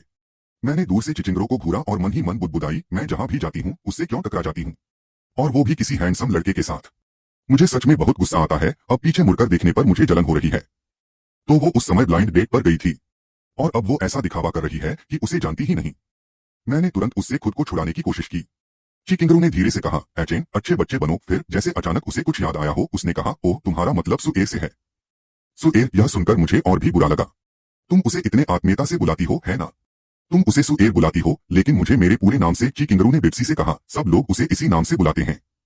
मुझे तो उसका असली नाम भी नहीं पता। अगर मैं उसे उस नाम से नहीं पुकारूंगी तो और क्या कहूं? सुमुहे बचपन में विदेश चला गया था और कुछ ही महीने पहले लौटा है। जिंगडेव परिवार के अमीर घरानों और रईसों के बीच वह ज्यादा घुल मिल नहीं पाता। मैं सुमुहे से सिर्फ एक बार मिली हूं। मुझे उसका नाम ठीक से याद नहीं है। मुझे बस इतना पता है कि सब उसे सुएर कहते हैं। जब वो बोल रही थी तो चिकिंगरू का छोटा सा चेहरा मेरे सीने से सट गया। उसकी आवाज में हल्की सी मुस्कान थी। वैसे अगर उसे सुएर कहना अंतरंगता माना जाता है तो क्या मैं तुम्हें अब से शीदा कहूं? मैं उसके इस जवाब से अवाक रह गया। शीदा नाम सुनने में अच्छा नहीं लग रहा था। छोड़ो इसे, मैं इस बारे में ज्यादा नहीं सोचूंगा। मैंने उलझन में उससे पूछा, तो फिर उसके साथ तुम्हारी ब्लाइंड डेट का क्या हुआ? चिकिंगरू ने अपने छोटे होंठ सिकोड़ लिए। क्या एक बार मिलना भी ब्लाइंड डेट माना जा सकता है? मैंने आंख भरी। मेरी दादी ने मुझे उससे पहले एक बार मिलने के लिए कहा था, लेकिन रेस्टोरेंट जाने से पहले मुझे पता नहीं था कि यह उससे मिलने के लिए है। वहां पहुंचकर मैंने उसे सीधे मना कर दिया। यह लगभग वैसा ही था जैसा उन्होंने मुझे मेरे पिछले जन्म में बताया था। मैंने थोड़ा सा माथा सिकोड़ा। आपके परिवार का क्या? वे तो स्वाभाविक रूप से मेरी इच्छाओं का सम्मान करते हैं। कियाई परिवार को वैसे भी किसी विवाह संबंध की आवश्यकता नहीं है। मेरे माता पिता स्पष्ट रूप से मेरी इच्छाओं को प्राथमिकता देते हैं। इसके अलावा यह सब मेरी दादी ने तय किया था। मेरी दादी और सुमुआ की दादी बचपन में बहुत अच्छी दोस्त थीं। हालांकि बाद में उनके बीच दूरियां आ गई, फिर भी सुमुआ की दादी ने खुद इस बात का जिक्र किया। मेरी दादी ने मुझे उनसे मिलने के लिए कहा ताकि उनकी इज्जत बनी रहे। इसे किसी भी तरह से सोची समझी शादी का गठबंधन नहीं कहा जा सकता। मैं गहरी सोच में डूब गई थी, इसलिए मुझे लगा कि उनका वास्तव में कोई रिश्ता नहीं था। मैंने राहत की सांस ली। बस सुमुहे को वीबो पर पोस्ट करने से रोकना होगा। मुझे क्या करना चाहिए? चिकिंगरू ने मेरी तरफ देखा, थोड़ा उलझन में। मुझे ऐसा क्यों लग रहा है कि एचेन दिन ब दिन अजीब व्यवहार कर रहा है, जबकि मुझे यकीन है कि वह चेन परिवार का ही है। कुछ तो गड़बड़ है। उसने अपना सिर झुकाया और माओचू की तरफ देखा, जो अभी भी उसके बगल में सिमटा हुआ था। उसकी नजरें अभी भी अनफ्रेंडली थीं। चिकिंगरू ने मुंह बनाया और मेरी तरफ देखा। कितने समय पहले की बात है? तब तो तुमने मुझे घूरा भी था। क्या तुम्हें लगा कि मैंने ध्यान नहीं दिया? अब अचानक ये बात क्यों उठा रही हो? उसके छोटे से चेहरे पर नाखुशी के भाव थे। क्या तुम मुझे ठुकराना चाहती हो? तो तुमने मुझे टालने के लिए ये घटिया बहाना ढूंढ लिया। जिशेन, क्या अब तुम ये नाटक नहीं कर सकती? मैंने उसकी तरफ देखा। मेरी आवाज नरम पड़ गई। मैं नाटक नहीं कर रही। तो साबित करके दिखाओ। जिशेन, थोड़ा और पास आओ। अगर जिशेन मुझे चूमने को तैयार नहीं है, फिर वो उसे चूम लेगा, है ना? मैं अब और संकोच नहीं करना चाहती। वैसे भी पहले तो उसने ही मुझसे बात शुरू की थी। जैसे ही मैं कुछ कहने वाली थी, धोखेबाज किंगरू धीरे से मेरे करीब आई। उसकी नाक लगभग मेरे गाल से छू गई। मेरा दिल धड़क उठा। मैंने महसूस किया कि उसकी वर्तमान कोमलता, यह मेरे पिछले जीवन में उसके प्रभुत्व से बिल्कुल अलग था। मेरे पिछले जीवन में ऐसी कोमल आत्मीयता लगभग कभी नहीं थी। जो बिल्ली पहले ची किंगरू के बगल में थी, वह अचानक फिर से बेचैन हो गई और उसकी गोद में रगड़ने और खुजली करने लगी। ची किंगरू ने अपने बगल में बैठी उस शरारती बिल्ली की ओर देखा। मैंने भी उसकी ओर देखा, लेकिन जैसे ही हमारी नजरें मिली, वह तुरंत उग्र हो गया। ची किंगरू ने नाराजगी भरे चेहरे से उसे धीरे से डांटा। माओचू म्याऊं करने लगा, मानो दयनीय दिख रहा हो। मुझे थोड़ी बेचैनी हुई और मैंने उससे कहा, किंगरू, मैं अब यहाँ नहीं रहना चाहता। ची किंगरू ने महसूस किया कि मैं परेशान हूँ, मेरा हाथ पकड़ा और जाने के लिए तैयार हो गई। हमें जाते देख बिल्ली भी हमारे पीछे आने के लिए हल्के से जमीन पर कूद पड़ी, लेकिन ची किंगरू की एक नजर ने उसे रोक दिया। वह म्याऊं करके लेट गई। मुझे दयनीय नजरों से देखते हुए, वह सचमुच वही बिल्ली है जिसे मैंने पाला है। उसकी आंखों का वो भाव बिल्कुल मेरे जैसा था। ची किंगरू ने उसे नजरअंदाज कर दिया। जैसे ही दरवाजा बंद हुआ, मैंने लिविंग रूम में बैठी बिल्ली की तरफ देखा। माओ क्यों मुझसे इतना घृणा करता है कि ची यिंगरू को मेरे साथ नजदीकी बनाने से भी रोकता है? क्या ऐसा इसलिए है क्योंकि माओ क्यों को महसूस हो गया है कि मैं पहले जैसी नहीं रही? ची यिंगरू मुझे अपने अपार्टमेंट में ले गई। मैं अब भी उसके कान में कुछ बुदबुदा रही थी। मैंने तुमसे कहा था ना कि वो बहुत गुस्सैल है। ची किंगरू ने मेरी तरफ देखा और कहा, तो फिर अब क्या करें? क्या तुम उसे पालना बंद कर दोगी? पानी डालते हुए मैंने ची किंगरू की पीठ की ओर देखा और मेरी आंखें चमक उठी। कैसा रहेगा? मैं अब से तुम्हारे साथ यही रहूंगी। और सोंग यी को नीचे रहने दो। वह माओचू की देखभाल में मेरी मदद कर सकता है। जब माओचू मुझे ठुकराना बंद कर देगा, तो मैं वापस आ जाऊंगी। ची किंगरू पानी का गिलास पकड़े हुए मुड़ी और शरारती भाव से मेरी ओर देखा। तो फिर तुम बिल्ली को सोंग यी के घर क्यों नहीं भेज देती? मैंने बिना कोई भाव दिखाए बेतुकी बातें की। माओ क्यों अपने परिवेश से जुड़ा हुआ है? अगर वह जगह बदलता है तो उसे ठीक से खाना पीना और नींद नहीं आती। नरक बीमार पड़ जाता है। ची चिंगरा ने गिलास देते हुए अपने होंठ हल्के से ऊपर उठाए। तो तुम कह रहे हो कि तुम अपने परिवेश से जुड़े हुए भागे? मैंने गिलास लिया और एक घूंट पिया। मैं जगहों से नहीं जुड़ा हुआ हूं। मैं सिर्फ लोगों से जुड़ा हुआ हूं। मैं मुस्कुराया। जब तक तुम वहां हो, मैं अच्छे से खा पी सकता हूं और अच्छे से सो सकता हूं। सब ठीक रहेगा। ची किंगरू की आवाज कोमल और मधुर थी। She Chen. मैंने उसकी आंखों में देखा। ची किंगरू के छोटे से गोरे हाथ ने मेरे कान को दबाया और उसे हल्का सा खींचा। ऐसा लग रहा है जैसे तुम बिल्कुल ही अलग इंसान बन गए हो। उसके शब्द मजाक जैसे लग रहे थे। लेकिन अचानक मेरी आंखें झपकी। गिलास पकड़े हुए हाथ अनजाने में कांपने लगा। मैंने खुद को शांत रखने की कोशिश की। अरे क्या? तुम्हारी कल्पना तो हद से ज्यादा है। मुझे अचानक घबराहट होने लगी। मुझे परवाह नहीं कि वो तुम्हारे घर पर रहे। अगर तुम मुझे निकाल दोगी तो वो तुम्हारे दरवाजे के ठीक बाहर सोएगा। इतना कहकर मैं लिविंग रूम की तरफ मुड़ गई।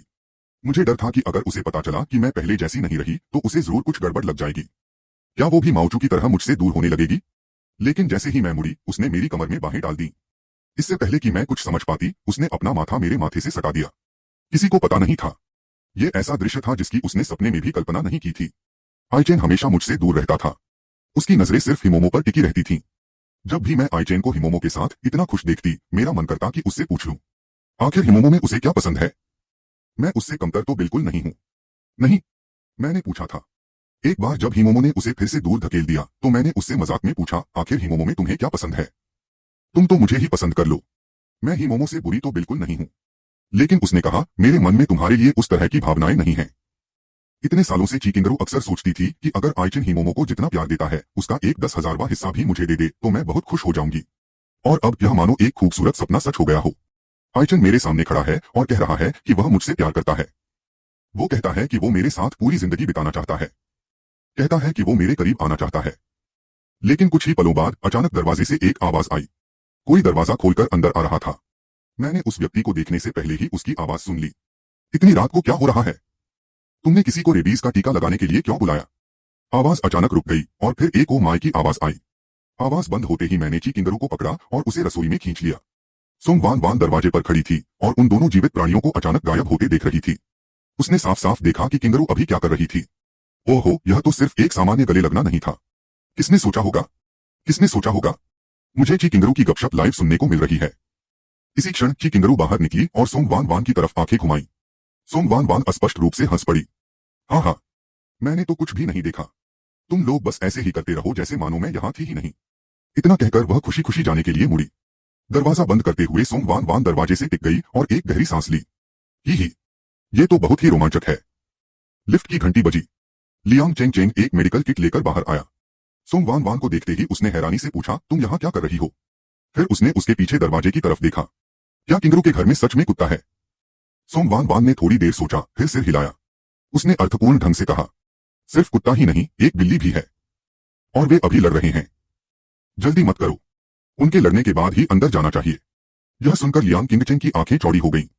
कमरे के अंदर। मैं रसोई से बाहर निकली। क्या हमें आगे बढ़ना चाहिए? मैंने दबी हुई और अवाक आवाज में कहा। इसके बाद भी तुम आगे बढ़ना चाहती हो? चिकिंगरू की आंखें सिकुड़ गईं। पहले से ही शर्मिंदा हो रही हो। थोड़ी देर पहले इतने सारे लोगों के सामने तुम जरा भी संयमित नहीं लग रही थी। ये दोनों एक जैसे कैसे हैं? ये तो सबके सामने था। अब घर पर सिर्फ हम दोनों हैं और पकड़े गए। क्या तुम्हें शर्म नहीं आ रही?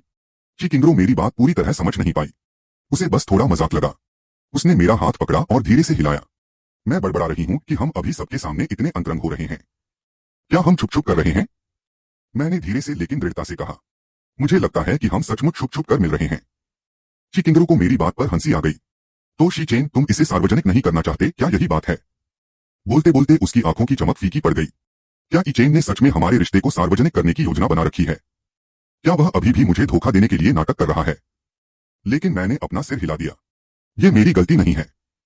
ये तुम्हारी गलती है। आखिर जब भी मैं खुलकर उसके करीब आना चाहता था वो हमेशा संकोच करती और मुझे दूर धकेल देती थी।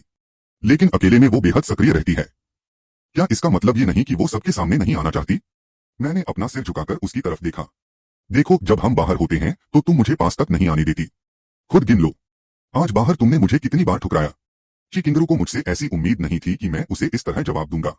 आज सुबह ही तो उसने मुझे देखते ही बेचैनी दिखाई थी। फिर रात होते होते उसका रवैया पूरी तरह बदल गया और वह मुझसे खुलकर बात करने लगा। क्या मैं पहल करने की हिम्मत करूंगी? चिकिंगरू सचमुच चिढ़ गई। उसने सीधे मेरी बाह पकड़ ली और अपना छोटा सा चेहरा उठाकर मेरी ओर देखा। क्या तुम कह रही हो कि अगर मैं उन्हें अभी बुला लूं और हम उनके सामने ही जो कर रहे थे उसे जारी रखें? ठीक है। इससे पहले कि मैं कुछ बोल पाती चिकिंगरू ने सिर हिलाया। इतना कहकर उसने मुझे छोड़ दिया। मैं एक पल के लिए जम गई और अपना सिर घुमाया। वह पहले ही बैठक में जा चुकी थी। मुझे यकीन नहीं हो रहा था कि वो सोंग वान वान के सामने ये सब करती रहेगी। लेकिन मैंने उसे दरवाजा खोलने से रोका भी नहीं। आखिर लोगों को बाहर बंद रखना तो बहुत ही बुरा बर्ताव होता है। मैंने पहले से रखा पानी उठाया और खत्म कर दिया। उधर की चिंगरू ने पहले ही दरवाजा खोल दिया था। अंदर आऊं। लियांग चेंग चेंग को अभी भी कुछ समझ नहीं आ रहा था।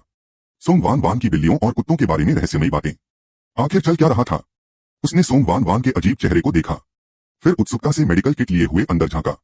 फिर उसने चिकिंगरू की ओर देखा। वान वान ने कहा, तुम्हारी बिल्ली और कुत्ता लड़ रहे हैं। तुमने कुत्ता कब पाला? तभी उसने मुझे बैठक में देखा और उसे देर से बात समझ में आई। सोंग वान वान की बातों के पीछे दरवाजे के बाहर खड़ी सोंग वान वान आखिरकार जोर से हंसी और उसके पीछे अंदर आ गई। इस बार जब उसने मुझे देखा तो वह असाधारण रूप से मुस्कुराई। नमस्ते जीजाजी। हम तीनों ने एक ही समय पर सोंग वान वान की ओर देखा। लियांग चेंग चेंग ने अविश्वास से उसकी ओर देखा। आंखों से इशारा करते हुए पूछा, तुम अभी से उसे जीजाजी कहने लगी हो?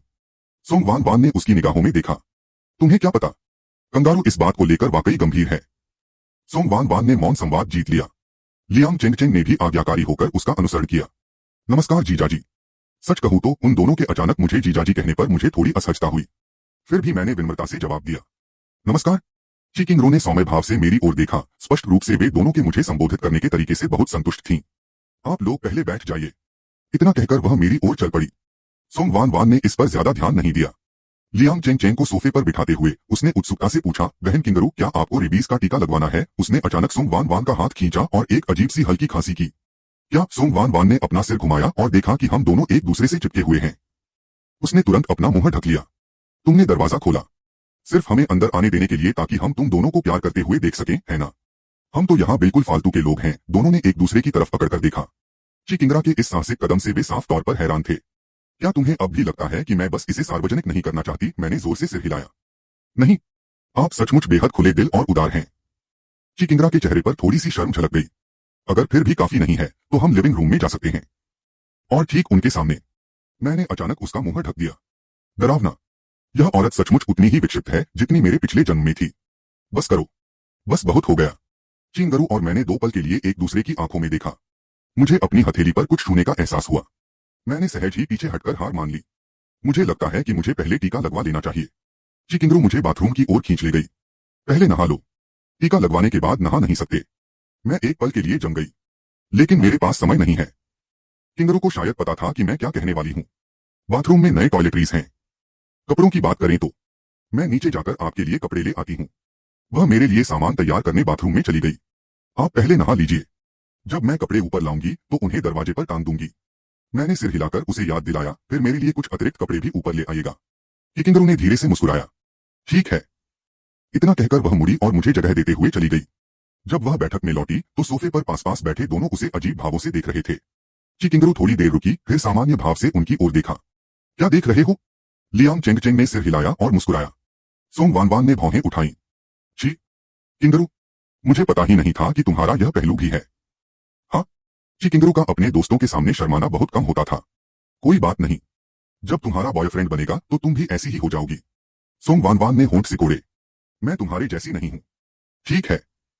किंगरू दरवाजे की तरफ चल पड़ी। चिढ़ा रही हो? झांग परिवार के उस लड़के के लिए भी नहीं। एकदम सही। तो फिर मुझे तुम्हें उसके बारे में खबर बताने की जरूरत नहीं है। सोंग वान वान तुरंत सोफे से उठी, किंगरू के पास दौड़ी और गिड़गिड़ाते हुए बोली, किंगरू क्या तुम्हारे पास जियान फैन के बारे में कोई खबर है? किंगरू मुस्कुराई और बोली, वान वान तुमने कहा था ना कि तुम अलग हो। तुम्हें उसके बारे में खबर क्यों चाहिए? मैं वैसी ही हूँ, बिल्कुल तुम्हारी तरह। किंगरू मेरी प्यारी किंगरू, कृपया मुझे उसके बारे में खबर बताओ। किंगरू दरवाजे तक पहुंच चुकी थी। वह रुकी और उसे अर्थपूर्ण ढंग से देखने लगी। गैंगचेंग, जाओ उसे ढूंढो। सोंग वान वान ने अपना चंचल भाव त्याग दिया और गंभीरता से कहा, धन्यवाद किंगरू। इतना कहकर वह चली गई। उसने एक पल भी देर नहीं की। सोफे पर बैठा लियांग चेंग थोड़ी देर चुप रहा, फिर थोड़ा संदेह से पूछा, क्या वह जियान नाम का लड़का सचमुच गैंग चेंग में है? हाँ, वह आज दोपहर ही गैंग चेंग पहुंचा है। मुझे खबर मिल गई है। हालांकि सोंग वान वान को लिफ्ट में जाते हुए देखकर उसने कहा, मैंने सुना है कि वह अपनी प्रेमिका के साथ गैंग चेंग गया है। लियांग चेंग ने भौहें चढ़ाई। फिर वान वान किंगरा का स्वर शांत था। अगर वह उसे वापस जीत सकती है तो यह उसकी अपनी क्षमता है। अगर वह नहीं जीत सकती तो उसे वास्तविकता का सामना करना ही होगा। आखिरकार उसी ने तो उसे पहले दूर भगाया था। वह किसी और को दोष नहीं दे सकती थी। इतना कहकर उसने इस बारे में दोबारा बात नहीं की और लियांग चेंग से कहा, तुम थोड़ी देर यहीं बैठो, मैं नीचे जाकर शी चेन के लिए कुछ सामान पैक करती हूँ। लियांग चेंग ने धीरे से आह भरी। आह, उसने सिर हिलाया। ठीक है, जाओ। किंगरू नीचे चली गई। जैसे ही उसने दरवाजा खोला, घर की बिल्ली दौड़कर उसके पास आ गई। लगातार म्याऊं म्याऊं करते हुए, उसके पैर से रगड़ते हुए और नखरे दिखाते हुए किंगरू नीचे झुकी और उसके सिर को सहलाया। धीरे से पूछने पर कि तुम अचेन के प्रति इतने कठोर क्यों थे, बिल्ली के पास कोई जवाब नहीं था और उसने बस अपना सिर उसकी हथेली पर रगड़ा। किंगरू ने धीरे से आह भरी और उसके सिर पर थपथपाते हुए कहा, मेरे साथ प्यार से पेश आने से काम नहीं चलेगा। कल मैं किसी को बुलाकर तुम्हारे नाखून कटवा दूंगी। इतना कहकर वह सीधे बेडरूम की ओर चली गई। बिल्ली उसके पीछे पीछे चल पड़ी। ऊपर और नीचे का लेआउट एक जैसा था। वह आसानी से मास्टर बेडरूम तक पहुंच गई, दरवाजा खोला, लाइट जलाई और सीधे वॉक इन क्लोसेट में चली गई। किंगरू ने क्लोसेट को देखा, जिसमें बस कुछ बिखरे हुए कपड़े थे, और थोड़ा भौहें सिकोड़ी। पहले उसने कभी ई चेन को एक ही पोशाक दोबारा पहने नहीं देखा था, लेकिन इस महीने जितनी बार उसकी उससे मुलाकात हुई, ऐसा लग रहा था कि उसने वही कुछ कपड़े पहने हुए थे। किंगरू ने मेरे लिए एक पजामा उठाया। उसने एक दराज खोली और अंडरवियर देखकर शर्म से लाल हो गई। उसने कुछ अंडरवियर यूं ही उठाकर एक बैग में डाल दिए। अनजाने में किंगरू की नजर एक छोटे काले मखमली डिब्बे पर पड़ी। अरे, मैंने ये डिब्बा पहले भी देखा है। कुछ दिन पहले मैं और सोंग ही स्टाइलिंग स्टूडियो में थे।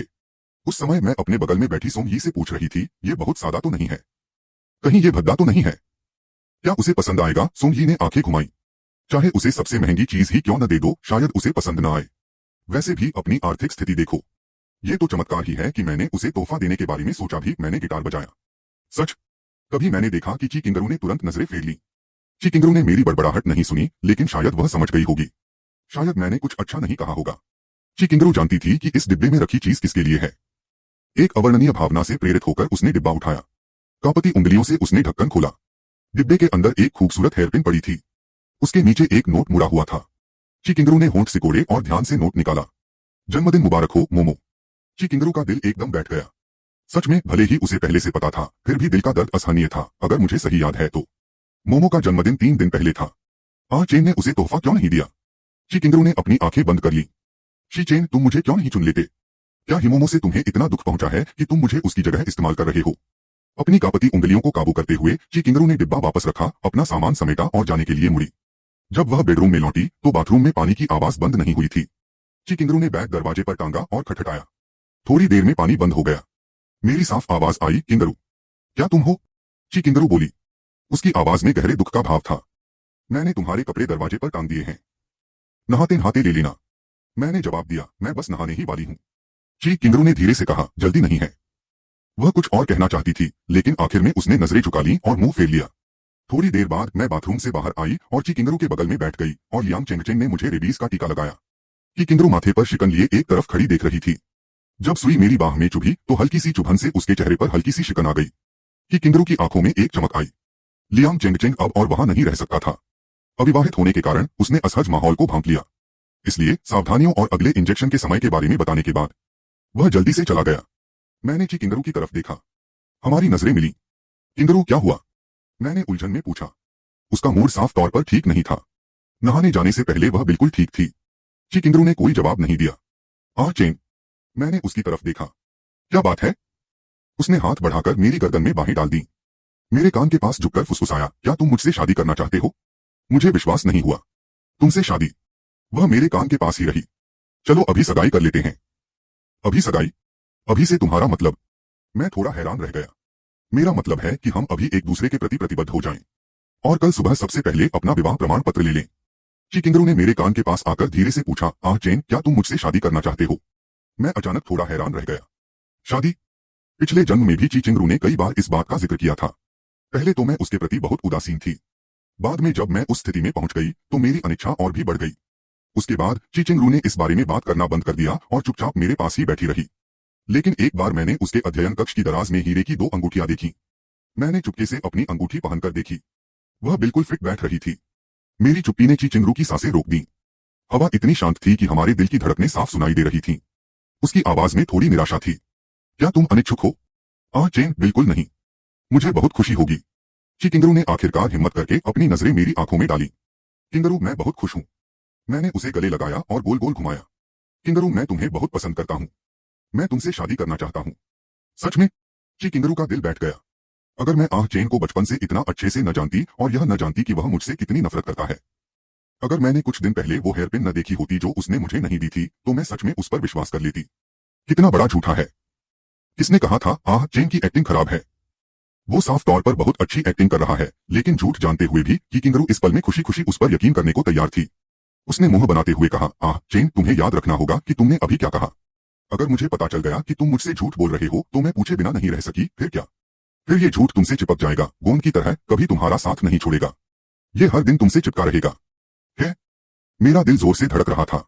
अभी वो बिल्कुल वैसी ही ची किंगरू लग रही थी जैसी मैं उसे जानती थी। जब ची किंगरू को लगा कि उसकी बातों से वो डर जाएगी, तभी मैंने मुस्कुराते हुए कहा, ठीक है, और उत्सुकता से पूछा, लेकिन तुमने कहा कि हम अभी सगाई कर रहे हैं। लगभग आधी रात हो चुकी है। हम तैयारी कैसे करेंगे? जब तक चेन तैयार है तब तक समय है। ची किंगरू ने कुछ फोन किए। लगभग 1 घंटे बाद लिविंग रूम में तरह तरह के कपड़ों और एक्सेसरीज से भरे बैगों का ढेर लगा हुआ था। उसने अपने छोटे छोटे होंठ सिकोड़ते हुए माफी मांगते हुए कहा, माफ करना, अब बहुत देर हो चुकी है। कल और भेज देना।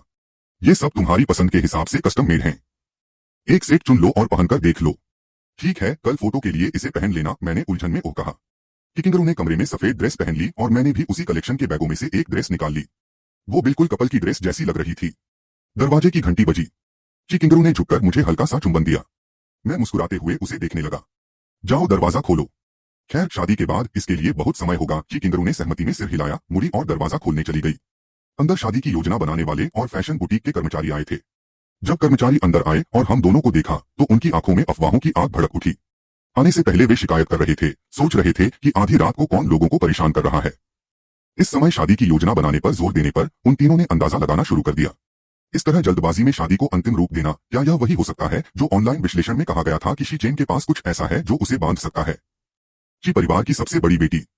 अगले दिन नागरिक मामलों के कार्यालय में पंजीकरण के लिए फोटो खिंचवाते समय कर्मचारियों ने हमें पहचान लिया। उनकी आंखों में कानाफूसी भरी थी। हम दोनों कंधे से कंधा मिलाकर बैठे थे। चिकिंगरू ने मेरी तरफ देखा और अचानक बोली, रुको। मैंने हैरानी से उसकी तरफ देखा। क्या हुआ? कर्मचारियों के दिल धड़क उठे। अब तो सब पता चल ही गया। छोटी मालकिन को पछतावा होने वाला है। इस पूरे ड्रामे को लाइव देखना कितना रोमांचक है। चिकिंगरू ने धीरे से मेरी टाई ठीक की। यह थोड़ा टेढ़ा है, मैं इसे ठीक कर देती हूँ। मैंने सामने खड़ी सौम्य और प्यारी महिला को देखकर हल्की सी मुस्कान दी। अब ठीक है। चिकिंगरू मुस्कुराई और मेरे गाल पर एक चुंबन दिया। सब ठीक है। मैंने अपना सिर घुमाया और स्टाफ की आश्चर्यचकित और उत्साहित निगाहों से नजरें मिलाई और एक अजीब सी मुस्कान दी। स्टाफ ने भी मुझे देखकर मुस्कुरा दिया। आह कितना प्यारा। मुझे तो ये बहुत अच्छा लग रहा है। ऑनलाइन अफवाहों पर तो बिल्कुल भरोसा नहीं किया जा सकता। चिकिंगरा का छोटा सा चेहरा थोड़ा लाल हो गया जब वो वापस बैठी और स्वाभाविक रूप से अपना हाथ मेरे हाथ में डाल दिया। उसने फोटोग्राफर से कहा, ठीक है, तस्वीर खींचो। स्टाफ ने लेंस से उन दोनों को देखा, उनकी आंखें चमक रही थीं। आज ट्रेंडिंग सर्च में इन दोनों को देखकर मुझे लगा कि ये सब बहुत ज्यादा एडिटिंग और फिल्टर का कमाल है, लेकिन अब इनकी खूबसूरती सीधे दिल को छू रही है। मेरे भोले भाले दिल को। कुछ ही देर बाद हमें 2 छोटी लाल पुस्तिकाएं दी गईं। उस पल चिकिंगरू स्तब्ध रह गई। चेन अब मेरे पति हैं। पुस्तिका को सहलाते हुए उसकी उंगलियां थोड़ी कांप रही थीं। उसने मेरी तरफ देखा और पाया कि मैं भी अपने हाथ में मौजूद विवाह प्रमाण पत्र को खाली निगाहों से देख रही थी। चिकिंगरू ने अपने होंठ सिकोड़ लिए। वह सोचने लगी, क्या चेन इस समय ज्यादा खुश होंगे या फिर और भी नाराज। जैसे ही हम नागरिक मामलों के ब्यूरो से निकले, चिकिंगरू ने तैयार किए गए शादी के उपहार कर्मचारियों को सौंप दिए। आप बहुत दयालु हैं। यह तो बस हमारा काम है। सुश्री जी और श्री को वैवाहिक सुख की शुभकामनाएं। आपका प्यार जीवन भर बना रहे। चिकिंगरू का चेहरा और भी सौम्य हो गया। धन्यवाद। घर लौटने पर चिकिंगरू ने देखा कि मैं अभी भी अपना सिर नीचे करके हाथ में मौजूद विवाह प्रमाण पत्र को देख रही थी। क्या देख रही हो? क्या चेन नाखुश है? लेकिन मैंने खुशी से उसकी तरफ देखा। किंगरू। चिकिंगरू ने मुझे हैरानी से देखा। हाँ, मैंने उत्सुकता से उससे पूछा, क्या मैं इसे वीबो पर पोस्ट कर सकती हूँ? चिकिंगरू थोड़ी उलझन में थी। वीबो? मैंने विवाह प्रमाण पत्र उसके सामने लहराया। यह? मैं इसे वीबो पर पोस्ट करके आधिकारिक घोषणा करना चाहती हूँ। क्या मैं कर सकती हूँ? जब चिकिंगरू ने शादी करने की इच्छा जताई थी, तब से ही मैंने इसके बारे में सोच रखा था। क्या यही सबसे अच्छा उपाय नहीं है? अगर मैं शादी का सर्टिफिकेट जल्दी जमा करा दूं और अपनी शादी की घोषणा कर दूं, तो क्या सुमुहई का मामला हल नहीं हो जाएगा? चिकिंगरू को सच में उम्मीद नहीं थी कि मैं इतनी बेसब्री से इसकी घोषणा करना चाहूंगी। ठीक है। वह मेरे बगल में बैठ गई। मैं अचानक फिर से भौहें सिकोड़ ली। लेकिन मेरे पास फोन नहीं है। मेरा फोन सोम ही के पास है और वही हमेशा से मेरा वीवो अकाउंट संभालता आया है। चिचिंद्रा की आंखों में मुस्कान आ गई, फिर उसने कहा, मैं इसे पोस्ट कर दूंगी। उसने शादी के प्रमाण पत्रों की कुछ तस्वीरें लीं और एक ऐसे वीवो अकाउंट में लॉग इन किया जिसका उसने पहले कभी इस्तेमाल नहीं किया था। देखते ही देखते यह पोस्ट ट्रेंडिंग सर्च में छा गया। समय कोई भी हो, मौसम कोई भी हो, हम अपने बाल सफेद होने तक कभी अलग नहीं होंगे। साथ में दोनों शादी के प्रमाण पत्रों की तस्वीरें भी थीं। जब सब लोग गर्मागर्म बहस में मशगूल थे, चिकिंगरू ने सबसे सीधा जवाब दिया। मैंने उसकी वीवो पोस्ट देखी, मेरी नजरें थोड़ी इधर उधर घूमी। अचानक मुझे कुछ सूझा और मैंने कहा, तुम्हारे माता पिता को अभी तक नहीं पता कि हमारी शादी हो गई है ना? चिकिंगरू धीरे से मुस्कुराई। पतिदेव। मेरा चेहरा तुरंत लाल हो गया और दिल जोर से धड़कने लगा। चिकिंगरू हंस पड़ी। अगर तुम्हारे पास इसके बारे में सोचने का समय है तो तुम किसी और चीज के बारे में सोच लो। मैंने उलझन में पूछा। किस बारे में? चिकिंगरू मेरे करीब झुक गई। मैंने उलझन में पूछा, तुम्हें सोचना चाहिए कि आज रात हम लिविंग रूम में बैठकर बातें करेंगे या अपने अपने कमरों में जाकर अलग अलग आराम करेंगे। इन दोनों विकल्पों में क्या अंतर है? चिकिंगरू ने पलकें झपकाई। तुम्हें बस फैसला करना है, मैंने सोचा और सहजता से उसका छोटा हाथ पकड़ लिया। तो फिर किंगरू, मेरे साथ आराम करो। चिकिंगरू ने हमारे जुड़े हुए हाथों को देखा। पछताना मत। चेन। मैंने उसे बेपरवाही से देखा। मुझे पछतावा क्यों होगा? रात होते ही चिकिंगरू ने बिना किसी झिझक के कंबल खींचकर खुद को कसकर लपेट लिया। मैंने उसे खाली निगाहों से देखा। तुम क्या कर रही हो? चिकिंगरू ने शांत भाव से कहा, सोते हुए। मैं बिना ठीक से ढके कैसे सो सकती हूँ? मैं और भी उलझन में पड़ गई। क्या तुम मेरे साथ नहीं सोने वाली थी? चिकिंगरू ने कंबल के नीचे से हाथ बढ़ाकर अपने बगल की जगह को थपथपाया। हाँ, बिस्तर पर आ जाओ। मुझे अभी भी स्थिति समझ नहीं आई। रुको, बस ऐसे ही। चिकिंगरू ने मेरी आंखों में देखा। वरना क्या तुम्हारे कोई और इरादे थे? हम तो शादीशुदा हैं। उसने नखरे से कहा। मुझे पता है। उसकी आंखों में शरारत की झलक थी। वह झुकी और हल्के से मेरे गाल पर चुंबन किया। चेन अब मेरा पति है। चाहे चेन मुझसे सच्चा प्यार करता हो या नहीं, जो भी हो अब वह पूरी तरह से मेरा है। मैंने अनिश्चितता से कहा। तो क्या आप वाकई शादी की रात इसी तरह शांति से सोना चाहती हैं? चिचिंगरो ने मेरी तरफ पलकें झपकाई। क्योंकि मुझे लगता है कि चेन को इसे ठीक से स्वीकार करने और तैयार होने के लिए अभी समय चाहिए। मैं नहीं चाहती कि चेन जल्दबाजी में कोई फैसला ले। हमारी शादी हो चुकी है, इसलिए मुझे कोई जल्दी नहीं है। मैं धैर्य से इंतजार कर सकती हूँ। चेन के मुझसे सच्चे प्यार में पड़ने का इंतजार कर सकती हूँ। मुझे जरा भी अंदाजा नहीं था कि उसके मन में असल में क्या चल रहा था। एक शरारती मुस्कान के साथ मैंने कहा, मुझे तैयार होने की जरूरत नहीं है। खैर, मुझे धीरे धीरे ढलने के लिए समय चाहिए। चेन, मुझे थोड़ा समय दो। ठीक है, ठीक है, चलो सोते हैं। बत्तियां बुझ गईं और कमरा पूरी तरह से अंधेरा हो गया। केवल हम दोनों ही रह गए। हमारी सांसें एक साथ तेज और धीमी हो रही थीं। मैंने सोचा था कि पूरी रात करवटें बदलते रहना पड़ेगा, लेकिन ची किंगरेसेंट में सांस लेते हुए मैं झट से गहरी नींद में सो गया। दूसरी ओर ची किंगरू मेरी सांसों को सुन रही थी। वह पूरी तरह से जाग रही थी। उसे डर था कि जब वह जागेगी और आंखें खोलेगी तो उसे पता चलेगा कि यह सब बस एक खूबसूरत सपना था। तभी उसने मुझे नींद में बड़बड़ाते हुए सुना, बुरा सपना। मैं नहीं चाहता। ची किंगरू एकदम जम गई। उसकी जलती हुई भावनाएं पल भर में बर्फ की तरह ठंडी पड़ गईं। मैं ठंडे पसीने से भीग कर सपने से जाग उठा। मेरी पहली प्रतिक्रिया कांपते हुए अपने चेहरे को छूना थी। निशान नहीं, असमान त्वचा नहीं। मेरी सांसें धीरे धीरे स्थिर हुई। उस पल मुझे सचमुच लगा कि मेरा पुनर्जन्म महज एक सपना था। क्या ऐसा नहीं था? मैंने अपनी आंखें बंद कर ली, शांत होने के लिए कुछ देर रुका, फिर आंखें खोलकर बगल में देखा। ची किंगरू वहां नहीं थी। मैं उठ बैठा और पास की घड़ी पर नजर डाली। सुबह के सिर्फ 6:30 बजे थे। वो इतनी जल्दी क्यों उठ गई थी? मेरा भी सोने का कोई इरादा नहीं था। मैंने चादर हटाई और बिस्तर से उठ गई। बेडरूम का दरवाजा खोलते ही मैंने देखा कि लिविंग रूम के सामने वाली बालकनी में की और गुरु मेरी तरफ पीठ करके खड़ी थी। मैं उनके पास गई और पीछे से उन्हें गले लगा लिया। तुम इतनी जल्दी क्यों उठ गई? मेरी बाहों में मौजूद महिला थोड़ी अकड़ गई। कुछ सेकंड बाद वह पलट गई। थोड़ी देर और क्यों नहीं सोई? महिला ने अपनी बाहों को मेरी कमर के चारों ओर कसकर लपेट लिया। मैंने उसके पीले चेहरे को देखा और उलझन में पूछा, क्या तुम कल रात ठीक से नहीं सोई? ची किंगरू ने कोई जवाब नहीं दिया। उसने ऊपर देखा और मेरी आंखों में देखा। तुम्हारा क्या हाल है? चेन, क्या तुम अच्छे से सोए? यह सुनकर मुझे थोड़ा उदास महसूस हुआ। मैंने सिर हिलाया। नहीं, सच में नहीं। ची किंगरू ने अपने होंठ कसकर सिकोड़ लिए। क्यों? मैंने अपनी कनपटी रगड़ी। मुझे एक बुरा सपना आया। ची किंगरू ने मेरी ओर देखा और धीरे से पूछा, कैसा बुरा सपना? मैं गहरी भौहें चढ़ाकर सोचने लगा। समझ नहीं आ रहा था कि कैसे समझाऊं। मैंने अपने पिछले जन्म के उस दिन का सपना देखा जब मैं घर आया था। हिमोमो पहले से ही घर पर मेरा इंतजार कर रही थी। जैसे ही मैं अंदर गया, वह मुझसे चेन, ची किंगरू ने मुझसे भारी स्वर में पूछा, क्या है मोमो ने तुम्हारे साथ कुछ भयानक किया? मुझे ठीक से समझ नहीं आया। क्या? ची किंगरू ने अपना हाथ उठाया और धीरे से मेरे चेहरे पर हाथ फेरा। क्या है मोमो ने तुम्हारे साथ कुछ किया? उसके शब्दों ने मुझे फिर से अपने पिछले जीवन की याद दिला दी। अचानक मेरी हिम्मत नहीं हुई कि मैं उसकी तरफ देखूं। नहीं, वो तो बहुत पहले की बात है। वैसे भी उस जीवन में उसे वही मिला जिसकी वो हकदार थी। अब हिम्मो के पास कोई उम्मीद नहीं बची है। ची चिंगरो के छोटे से चेहरे पर अनिच्छा के भाव थे। मुझे पता चल जाएगा, इस डर से उसने अपनी भावनाओं को दबाने के लिए गहरी सांस ली। जब तक उसने ऐसा नहीं किया, ची चिंगरो ने अपना चेहरा मेरी छाती में छिपा लिया। कुछ देर बाद उसने अचानक मुझसे पूछा, शी परिवार आज दावत दे रहा है, क्या तुम जाना चाहोगे? चेन, इस विषय ने तुरंत मेरा ध्यान खींच लिया। शी यिबाई की दावत? मैं सच में नहीं जाना चाहता। मैं शी परिवार को नहीं देखना चाहता। मेरे लिए तो वे अजनबियों से भी बदतर हैं। ची किंगरू ने मेरी तरफ देखा। अगर चेन जाना चाहता है तो इसमें तुम्हें समय लगेगा। मैंने उलझन में पूछा, क्या करने जाऊं? ची किंगरू ने थोड़ी अकड़ के साथ मुस्कुराते हुए कहा, जाहिर है एक मजाक देखने। मैं भी मुस्कुराई। ठीक है, वैसे सोचे तो सही, शी परिवार ने अब तक मुझे ढूंढने की कोशिश की होगी। बस बात यह है कि मेरा फोन मेरे पास नहीं है और शी परिवार ची किंगरू के घर आकर हंगामा करने की हिम्मत नहीं करेगा। इसीलिए मैं अब तक इस शांति और सुकून का आनंद ले पा रही हूं बिना किसी बाधा के। लेकिन हमें उनका सामना कभी न कभी तो करना ही पड़ेगा। भोज दोपहर में था। अभी बहुत सुबह थी। नाश्ता करने के बाद ची किंगरू अध्ययन कक्ष में चली गईं। ट्रेंडिंग सर्च ने खूब हलचल मचा रखी थी। उनके फोन पर लगातार कॉल आ रहे थे, लेकिन उन्होंने फोन बंद कर दिया था और उन्हें अनदेखा कर दिया था। फोन चालू करके उन्होंने अपने माता पिता को फोन किया, जो दुनिया भर की यात्रा पर थे, और कुछ दोस्तों के संदेशों का जवाब दिया। मैं थोड़ी देर और सोने के लिए कमरे में वापस चला गया। जब मैं उठा तो मैंने कस्टम मेड सूट पहन लिया। ची किंगरू ने किसी से सूट मंगवाया और इंतजार कर रही स्टाइलिस्ट से मेरे बाल बनवाए। ची किंगरू फोन लेकर एक तरफ बैठ गई। वह लगातार टाइप कर रही थी। मुझे बिल्कुल भी अंदाजा नहीं था कि वह क्या कर रही है। तैयार होने के बाद मैं खड़ी हुई और पूछा, चिंगरो क्या तुम्हारे पति सुंदर नहीं है? यह सुनकर ची चिंगरो ने ऊपर देखा। ऊपर। उसने अपना फोन एक तरफ रख दिया, खड़ी हुई और मेरे पास आ गई। उसने मुस्कुराते हुए सिर हिलाया। बेहद खूबसूरत। फिर उसने matching high fashion evening gown पहन लिया। उसका पूरा लुक तैयार होते ही मैं उसे जलती हुई निगाहों से देखता रहा और खुद को रोक नहीं पाया और उसके गाल पर एक हल्का सा चुंबन कर दिया। मेरी प्यारी कितनी खूबसूरत है।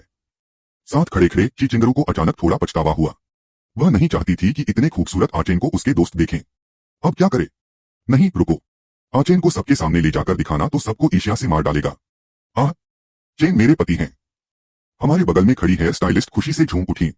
आह, कितना प्यारा, बिल्कुल परफेक्ट जोड़ी। यह सुनकर किंगरा की आंखें और भी चमक उठी। उसने मेरी तरफ देखा। आह चेन, क्या तुमने सुना? सबको लगता है कि हम दोनों एक दूसरे के लिए बिल्कुल परफेक्ट हैं। मैंने अपना हाथ उठाया और धीरे से उसके बालों को सहलाया। मेरी आवाज में एक ऐसी कोमल स्नेह भरी भावना थी जो मैंने पहले कभी किसी और में नहीं दिखाई थी। मैं सिर्फ तुम्हारे लिए ही परफेक्ट जोड़ी हूं। मैंने स्वाभाविक रूप से उसका हाथ कसकर पकड़ लिया। इस क्षण मैं अचानक अपने अतीत की सभी सांसारिक सावधानियों से मुक्त हो गई। अतीत में मैंने सब कुछ सहन किया, हर कदम पर अपने असली रूप को छुपाया, लोगों के सामने आने से कतराया। मैं गुमनाम रहने और चकाचौंध से दूर रहने की आदी थी। लेकिन अभी मैं बस सुर्खियों में आना चाहती थी। मैं अपनी बेटी के साथ खड़ा होकर पूरी दुनिया के सामने अपने इस प्यार का इजहार करना चाहता था। मेरी इस सीधी सादी पसंद को देखकर किंगरा के गाल लाल हो गए। फिर उसने कहा, चलिए अभी चलते हैं। मैं चाहती हूं कि हर कोई देखे कि मेरा पति सबसे अच्छा है। मैंने सिर हिलाया और उसे मुझे लिविंग रूम से बाहर ले जाने दिया। जैसे ही हम दरवाजे से बाहर निकले, हम सीधे हिम्मो से जा टकराए जो गलियारे के कोने में छिपी हुई थी। छुपकर हमें देख रही थी। उसने एक बेहद खूबसूरत गाउन पहना हुआ था। उसका मेकअप भी एकदम परफेक्ट था। लेकिन उसकी निगाहें मुझ पर टिकी हुई थीं। उसकी आंखों में द्वेष और संदेह भरा था। पहले वह हर मौके पर साजिश रचती थी। चुपके से चिंगरू और मेरे बीच दरार पैदा करने की कोशिश करती थी। चिंगरू को बदनाम करने के लिए अफवाहें फैलाना और हमें अलग करने के लिए चुपके से जाल बिछाना। व्यर्थ ही मेरे पक्ष में आने की कोशिश करना और चिंगरू की हर चीज छीन लेना। उसकी हिम्मत कैसे हुई हमारे सामने आने की? आह! चिंगरू और मुझे एक दूसरे की उंगलियों में उंगलियां डाले इतने कोमल और स्नेहपूर्ण भाव से देखते हुए हिमोमो का चेहरा पल भर में पीला पड़ गया। उसकी आंखों में आशा की आखिरी किरण भी चकनाचूर हो गई। उसकी जगह तीव्र ईर्ष्या और कड़वी नफरत ने ले ली। वह एक कदम आगे बढ़ी। आह चेन, क्या तुम सचमुच उसके साथ रहोगे? मैं उससे कमतर क्यों हूं? मैंने तुम्हारे लिए इतना कुछ किया है। मेरे बोलने से पहले ही तुम मेरी तरफ क्यों नहीं देखते? आह चेन मेरे पति हैं। उनके दिल में सिर्फ मैं ही हूं। तुम्हारी सारी साजिशें और सनक शुरू से ही गलत थीं। मैंने हाथ बढ़ाकर किंगरू को प्यार से अपनी बाहों में भर लिया। मेरी आंखों की कोमलता पल भर में गायब हो गई। उसकी जगह एक कंपकपी ठंडक ने ले ली। तुमने जो कुछ किया वो बलिदान नहीं थे, वो तो द्वेषपूर्ण कृत्य थे। मैंने हिमोमो की ओर देखा और हर शब्द स्पष्ट रूप से बोला। किंगरू के बारे में अफवाहें फैलाना, चुपके से उसे फंसाकर हमारे बीच फूट डालना और यहां तक कि दूसरों को रिश्वत देकर हमारे रिश्ते को बदनाम करवाना। मुझे तुम्हारे हर काम के बारे में पता है। मैंने पहले इस पर कार्रवाई नहीं की क्योंकि मैं नहीं चाहती थी कि किंगरू तुम्हारे घिनौने कामों से कलंकित हो। इसका मतलब यह नहीं है कि मैं तुम्हारी दुर्भावना का समर्थन करती हूँ। हिमोमो का चेहरा एकदम पीला पड़ गया। उसने पलटकर जवाब देने की कोशिश की, लेकिन तभी वहां आए कर्मचारियों ने उसे रोक दिया। ये वही लोग थे जिन्हें उसने पहले अफवाहें फैलाने में मदद के लिए रिश्वत दी थी। सबने स्वेच्छा से कबूल कर लिया था। पूरा सच, सबूत अकाट्य थे। उसकी सारी साजिशें और चालें पूरी तरह बेनकाब हो गईं। उसने बड़ी मेहनत से जो छवि बनाई थी वह पूरी तरह ढह गई। उसकी प्रतिष्ठा मिट्टी में मिल गई और जो रिश्ते कभी उस पर निर्भर थे वे सब बिखर गए। अपने स्वार्थी डर और शातिर साजिशों के लिए उसे भारी कीमत चुकानी पड़ी। अंत में सबने उसे धोखा दिया। कोई उस पर तरस खाने वाला नहीं था। मैंने अपनी बाहों में किंग राव को देखा। ठीक है, समस्या हल हो गई। अब कोई हमें परेशान नहीं कर सकता। राजारू ने मेरी तरफ देखा। आह चेन, अब से ऐसी कोई भयानक चीज नहीं होगी, ठीक है? उसकी आंखें तारों की तरह चमक उठी। मैंने गंभीरता से जवाब दिया, ठीक है। हमारे जीवन भर केवल शांति और संतुष्टि रहेगी। कुछ दिनों बाद हमारी शादी तय समय पर आ गई। शादी का स्थान फूलों से खिला हुआ था और गर्म धूप पूरे क्षेत्र को नहला रही थी। यह एक भावपूर्ण और भव्य समारोह था। वे सभी लोग उपस्थित थे जिन्होंने कभी हमारे साथ दयालुता से व्यवहार किया था और वास्तव में हमारी भलाई की कामना की थी।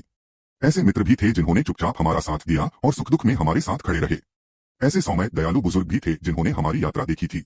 यहाँ तक कि वे अजनबी भी थे जिनकी हमने कभी मदद की थी और वे कृतज्ञता से भरे हृदयों के साथ आए थे। हर किसी के चेहरे पर सच्ची मुस्कान थी। उनकी आंखें आशीर्वाद से भरी हुई थीं। एक शानदार टक्सीडो पहने हुए मैं फूलों के सागर के अंत में खड़ा था। मेरी निगाहें चमकती हुई चुपचाप अपनी दुल्हन का इंतजार कर रही थीं। तभी शुद्ध सफेद शादी की पोशाक पहने किंगरू धीरे धीरे मेरी ओर बढ़ी। मेरा संसार कोमलता से भर गया। बाकी सब कुछ पृष्ठभूमि में धुंधला गया। वही एकमात्र प्रकाश थी। वह कदम दर कदम मेरी ओर बढ़ती गई। उसकी आंखों में तारों की चमक थी और प्रेम उमड़ रहा था। मैंने आगे बढ़कर उसका हाथ थाम लिया। मेरी आवाज कोमल पर दृढ़ थी। अतीत में मैंने अकेले ही तूफानों का सामना किया, दुनिया की बुराई देखी और उसकी सारी कड़वाहट का स्वाद चखा। मुझे लगा था कि मेरी बाकी की जिंदगी नीरस अकेलेपन में ही बीतेगी। जब तक मैं तुमसे नहीं मिला, तुमने मुझे कोमल होना सिखाया, मुझे किसी की परवाह करने का साथी दिया और मुझे दिखाया कि प्रिय होने का क्या अर्थ होता है, पूर्ण होने का क्या अर्थ होता है। आज मैं तुम्हें अपनी पत्नी के रूप में स्वीकार करता हूँ। आज से हर साल, हर सुबह और हर शाम मैं तुम्हारी रक्षा करूंगा, तुम्हारे साथ प्यार से पेश आऊंगा, तुम्हें जीवन भर दुलारूंगा, तुम्हें कभी नहीं छोड़ूंगा और तुम्हें कभी निराश नहीं करूंगा। इंदिरा की आंखें थोड़ी लाल हो गईं। हमारी बाकी की जिंदगी लंबी है। मैं बस आह चैन के साथ रहना चाहता हूँ, एक दूसरे का सहारा बनकर साल दर साल। दर्शकों की ओर से जोरदार तालियां बज उठीं और आशीर्वाद की आवाजें एक के बाद एक गूंजने लगीं। सब कुछ गर्मजोशी और उत्साह से भरा हुआ था। मैंने अपना हाथ उठाया और चिंगरू की उंगली में अंगूठी पहना दी और अपनी दुल्हन को कसकर गले लगा लिया। गर्म धूप हमारे चेहरों को छू रही थी, फूल खिल रहे थे और पूरा माहौल आशीर्वाद से भर गया था। दुनिया की सारी सुंदरता हमारी ओर उमड़ पड़ी। तूफान थम गया था और सब कुछ आखिरकार ठीक हो गया था। आज से चिंगरू और मैं जीवन भर साथ रहेंगे, हर साल सुरक्षित और स्वस्थ रहते हुए एक परिपूर्ण और संपूर्ण जीवन जीना।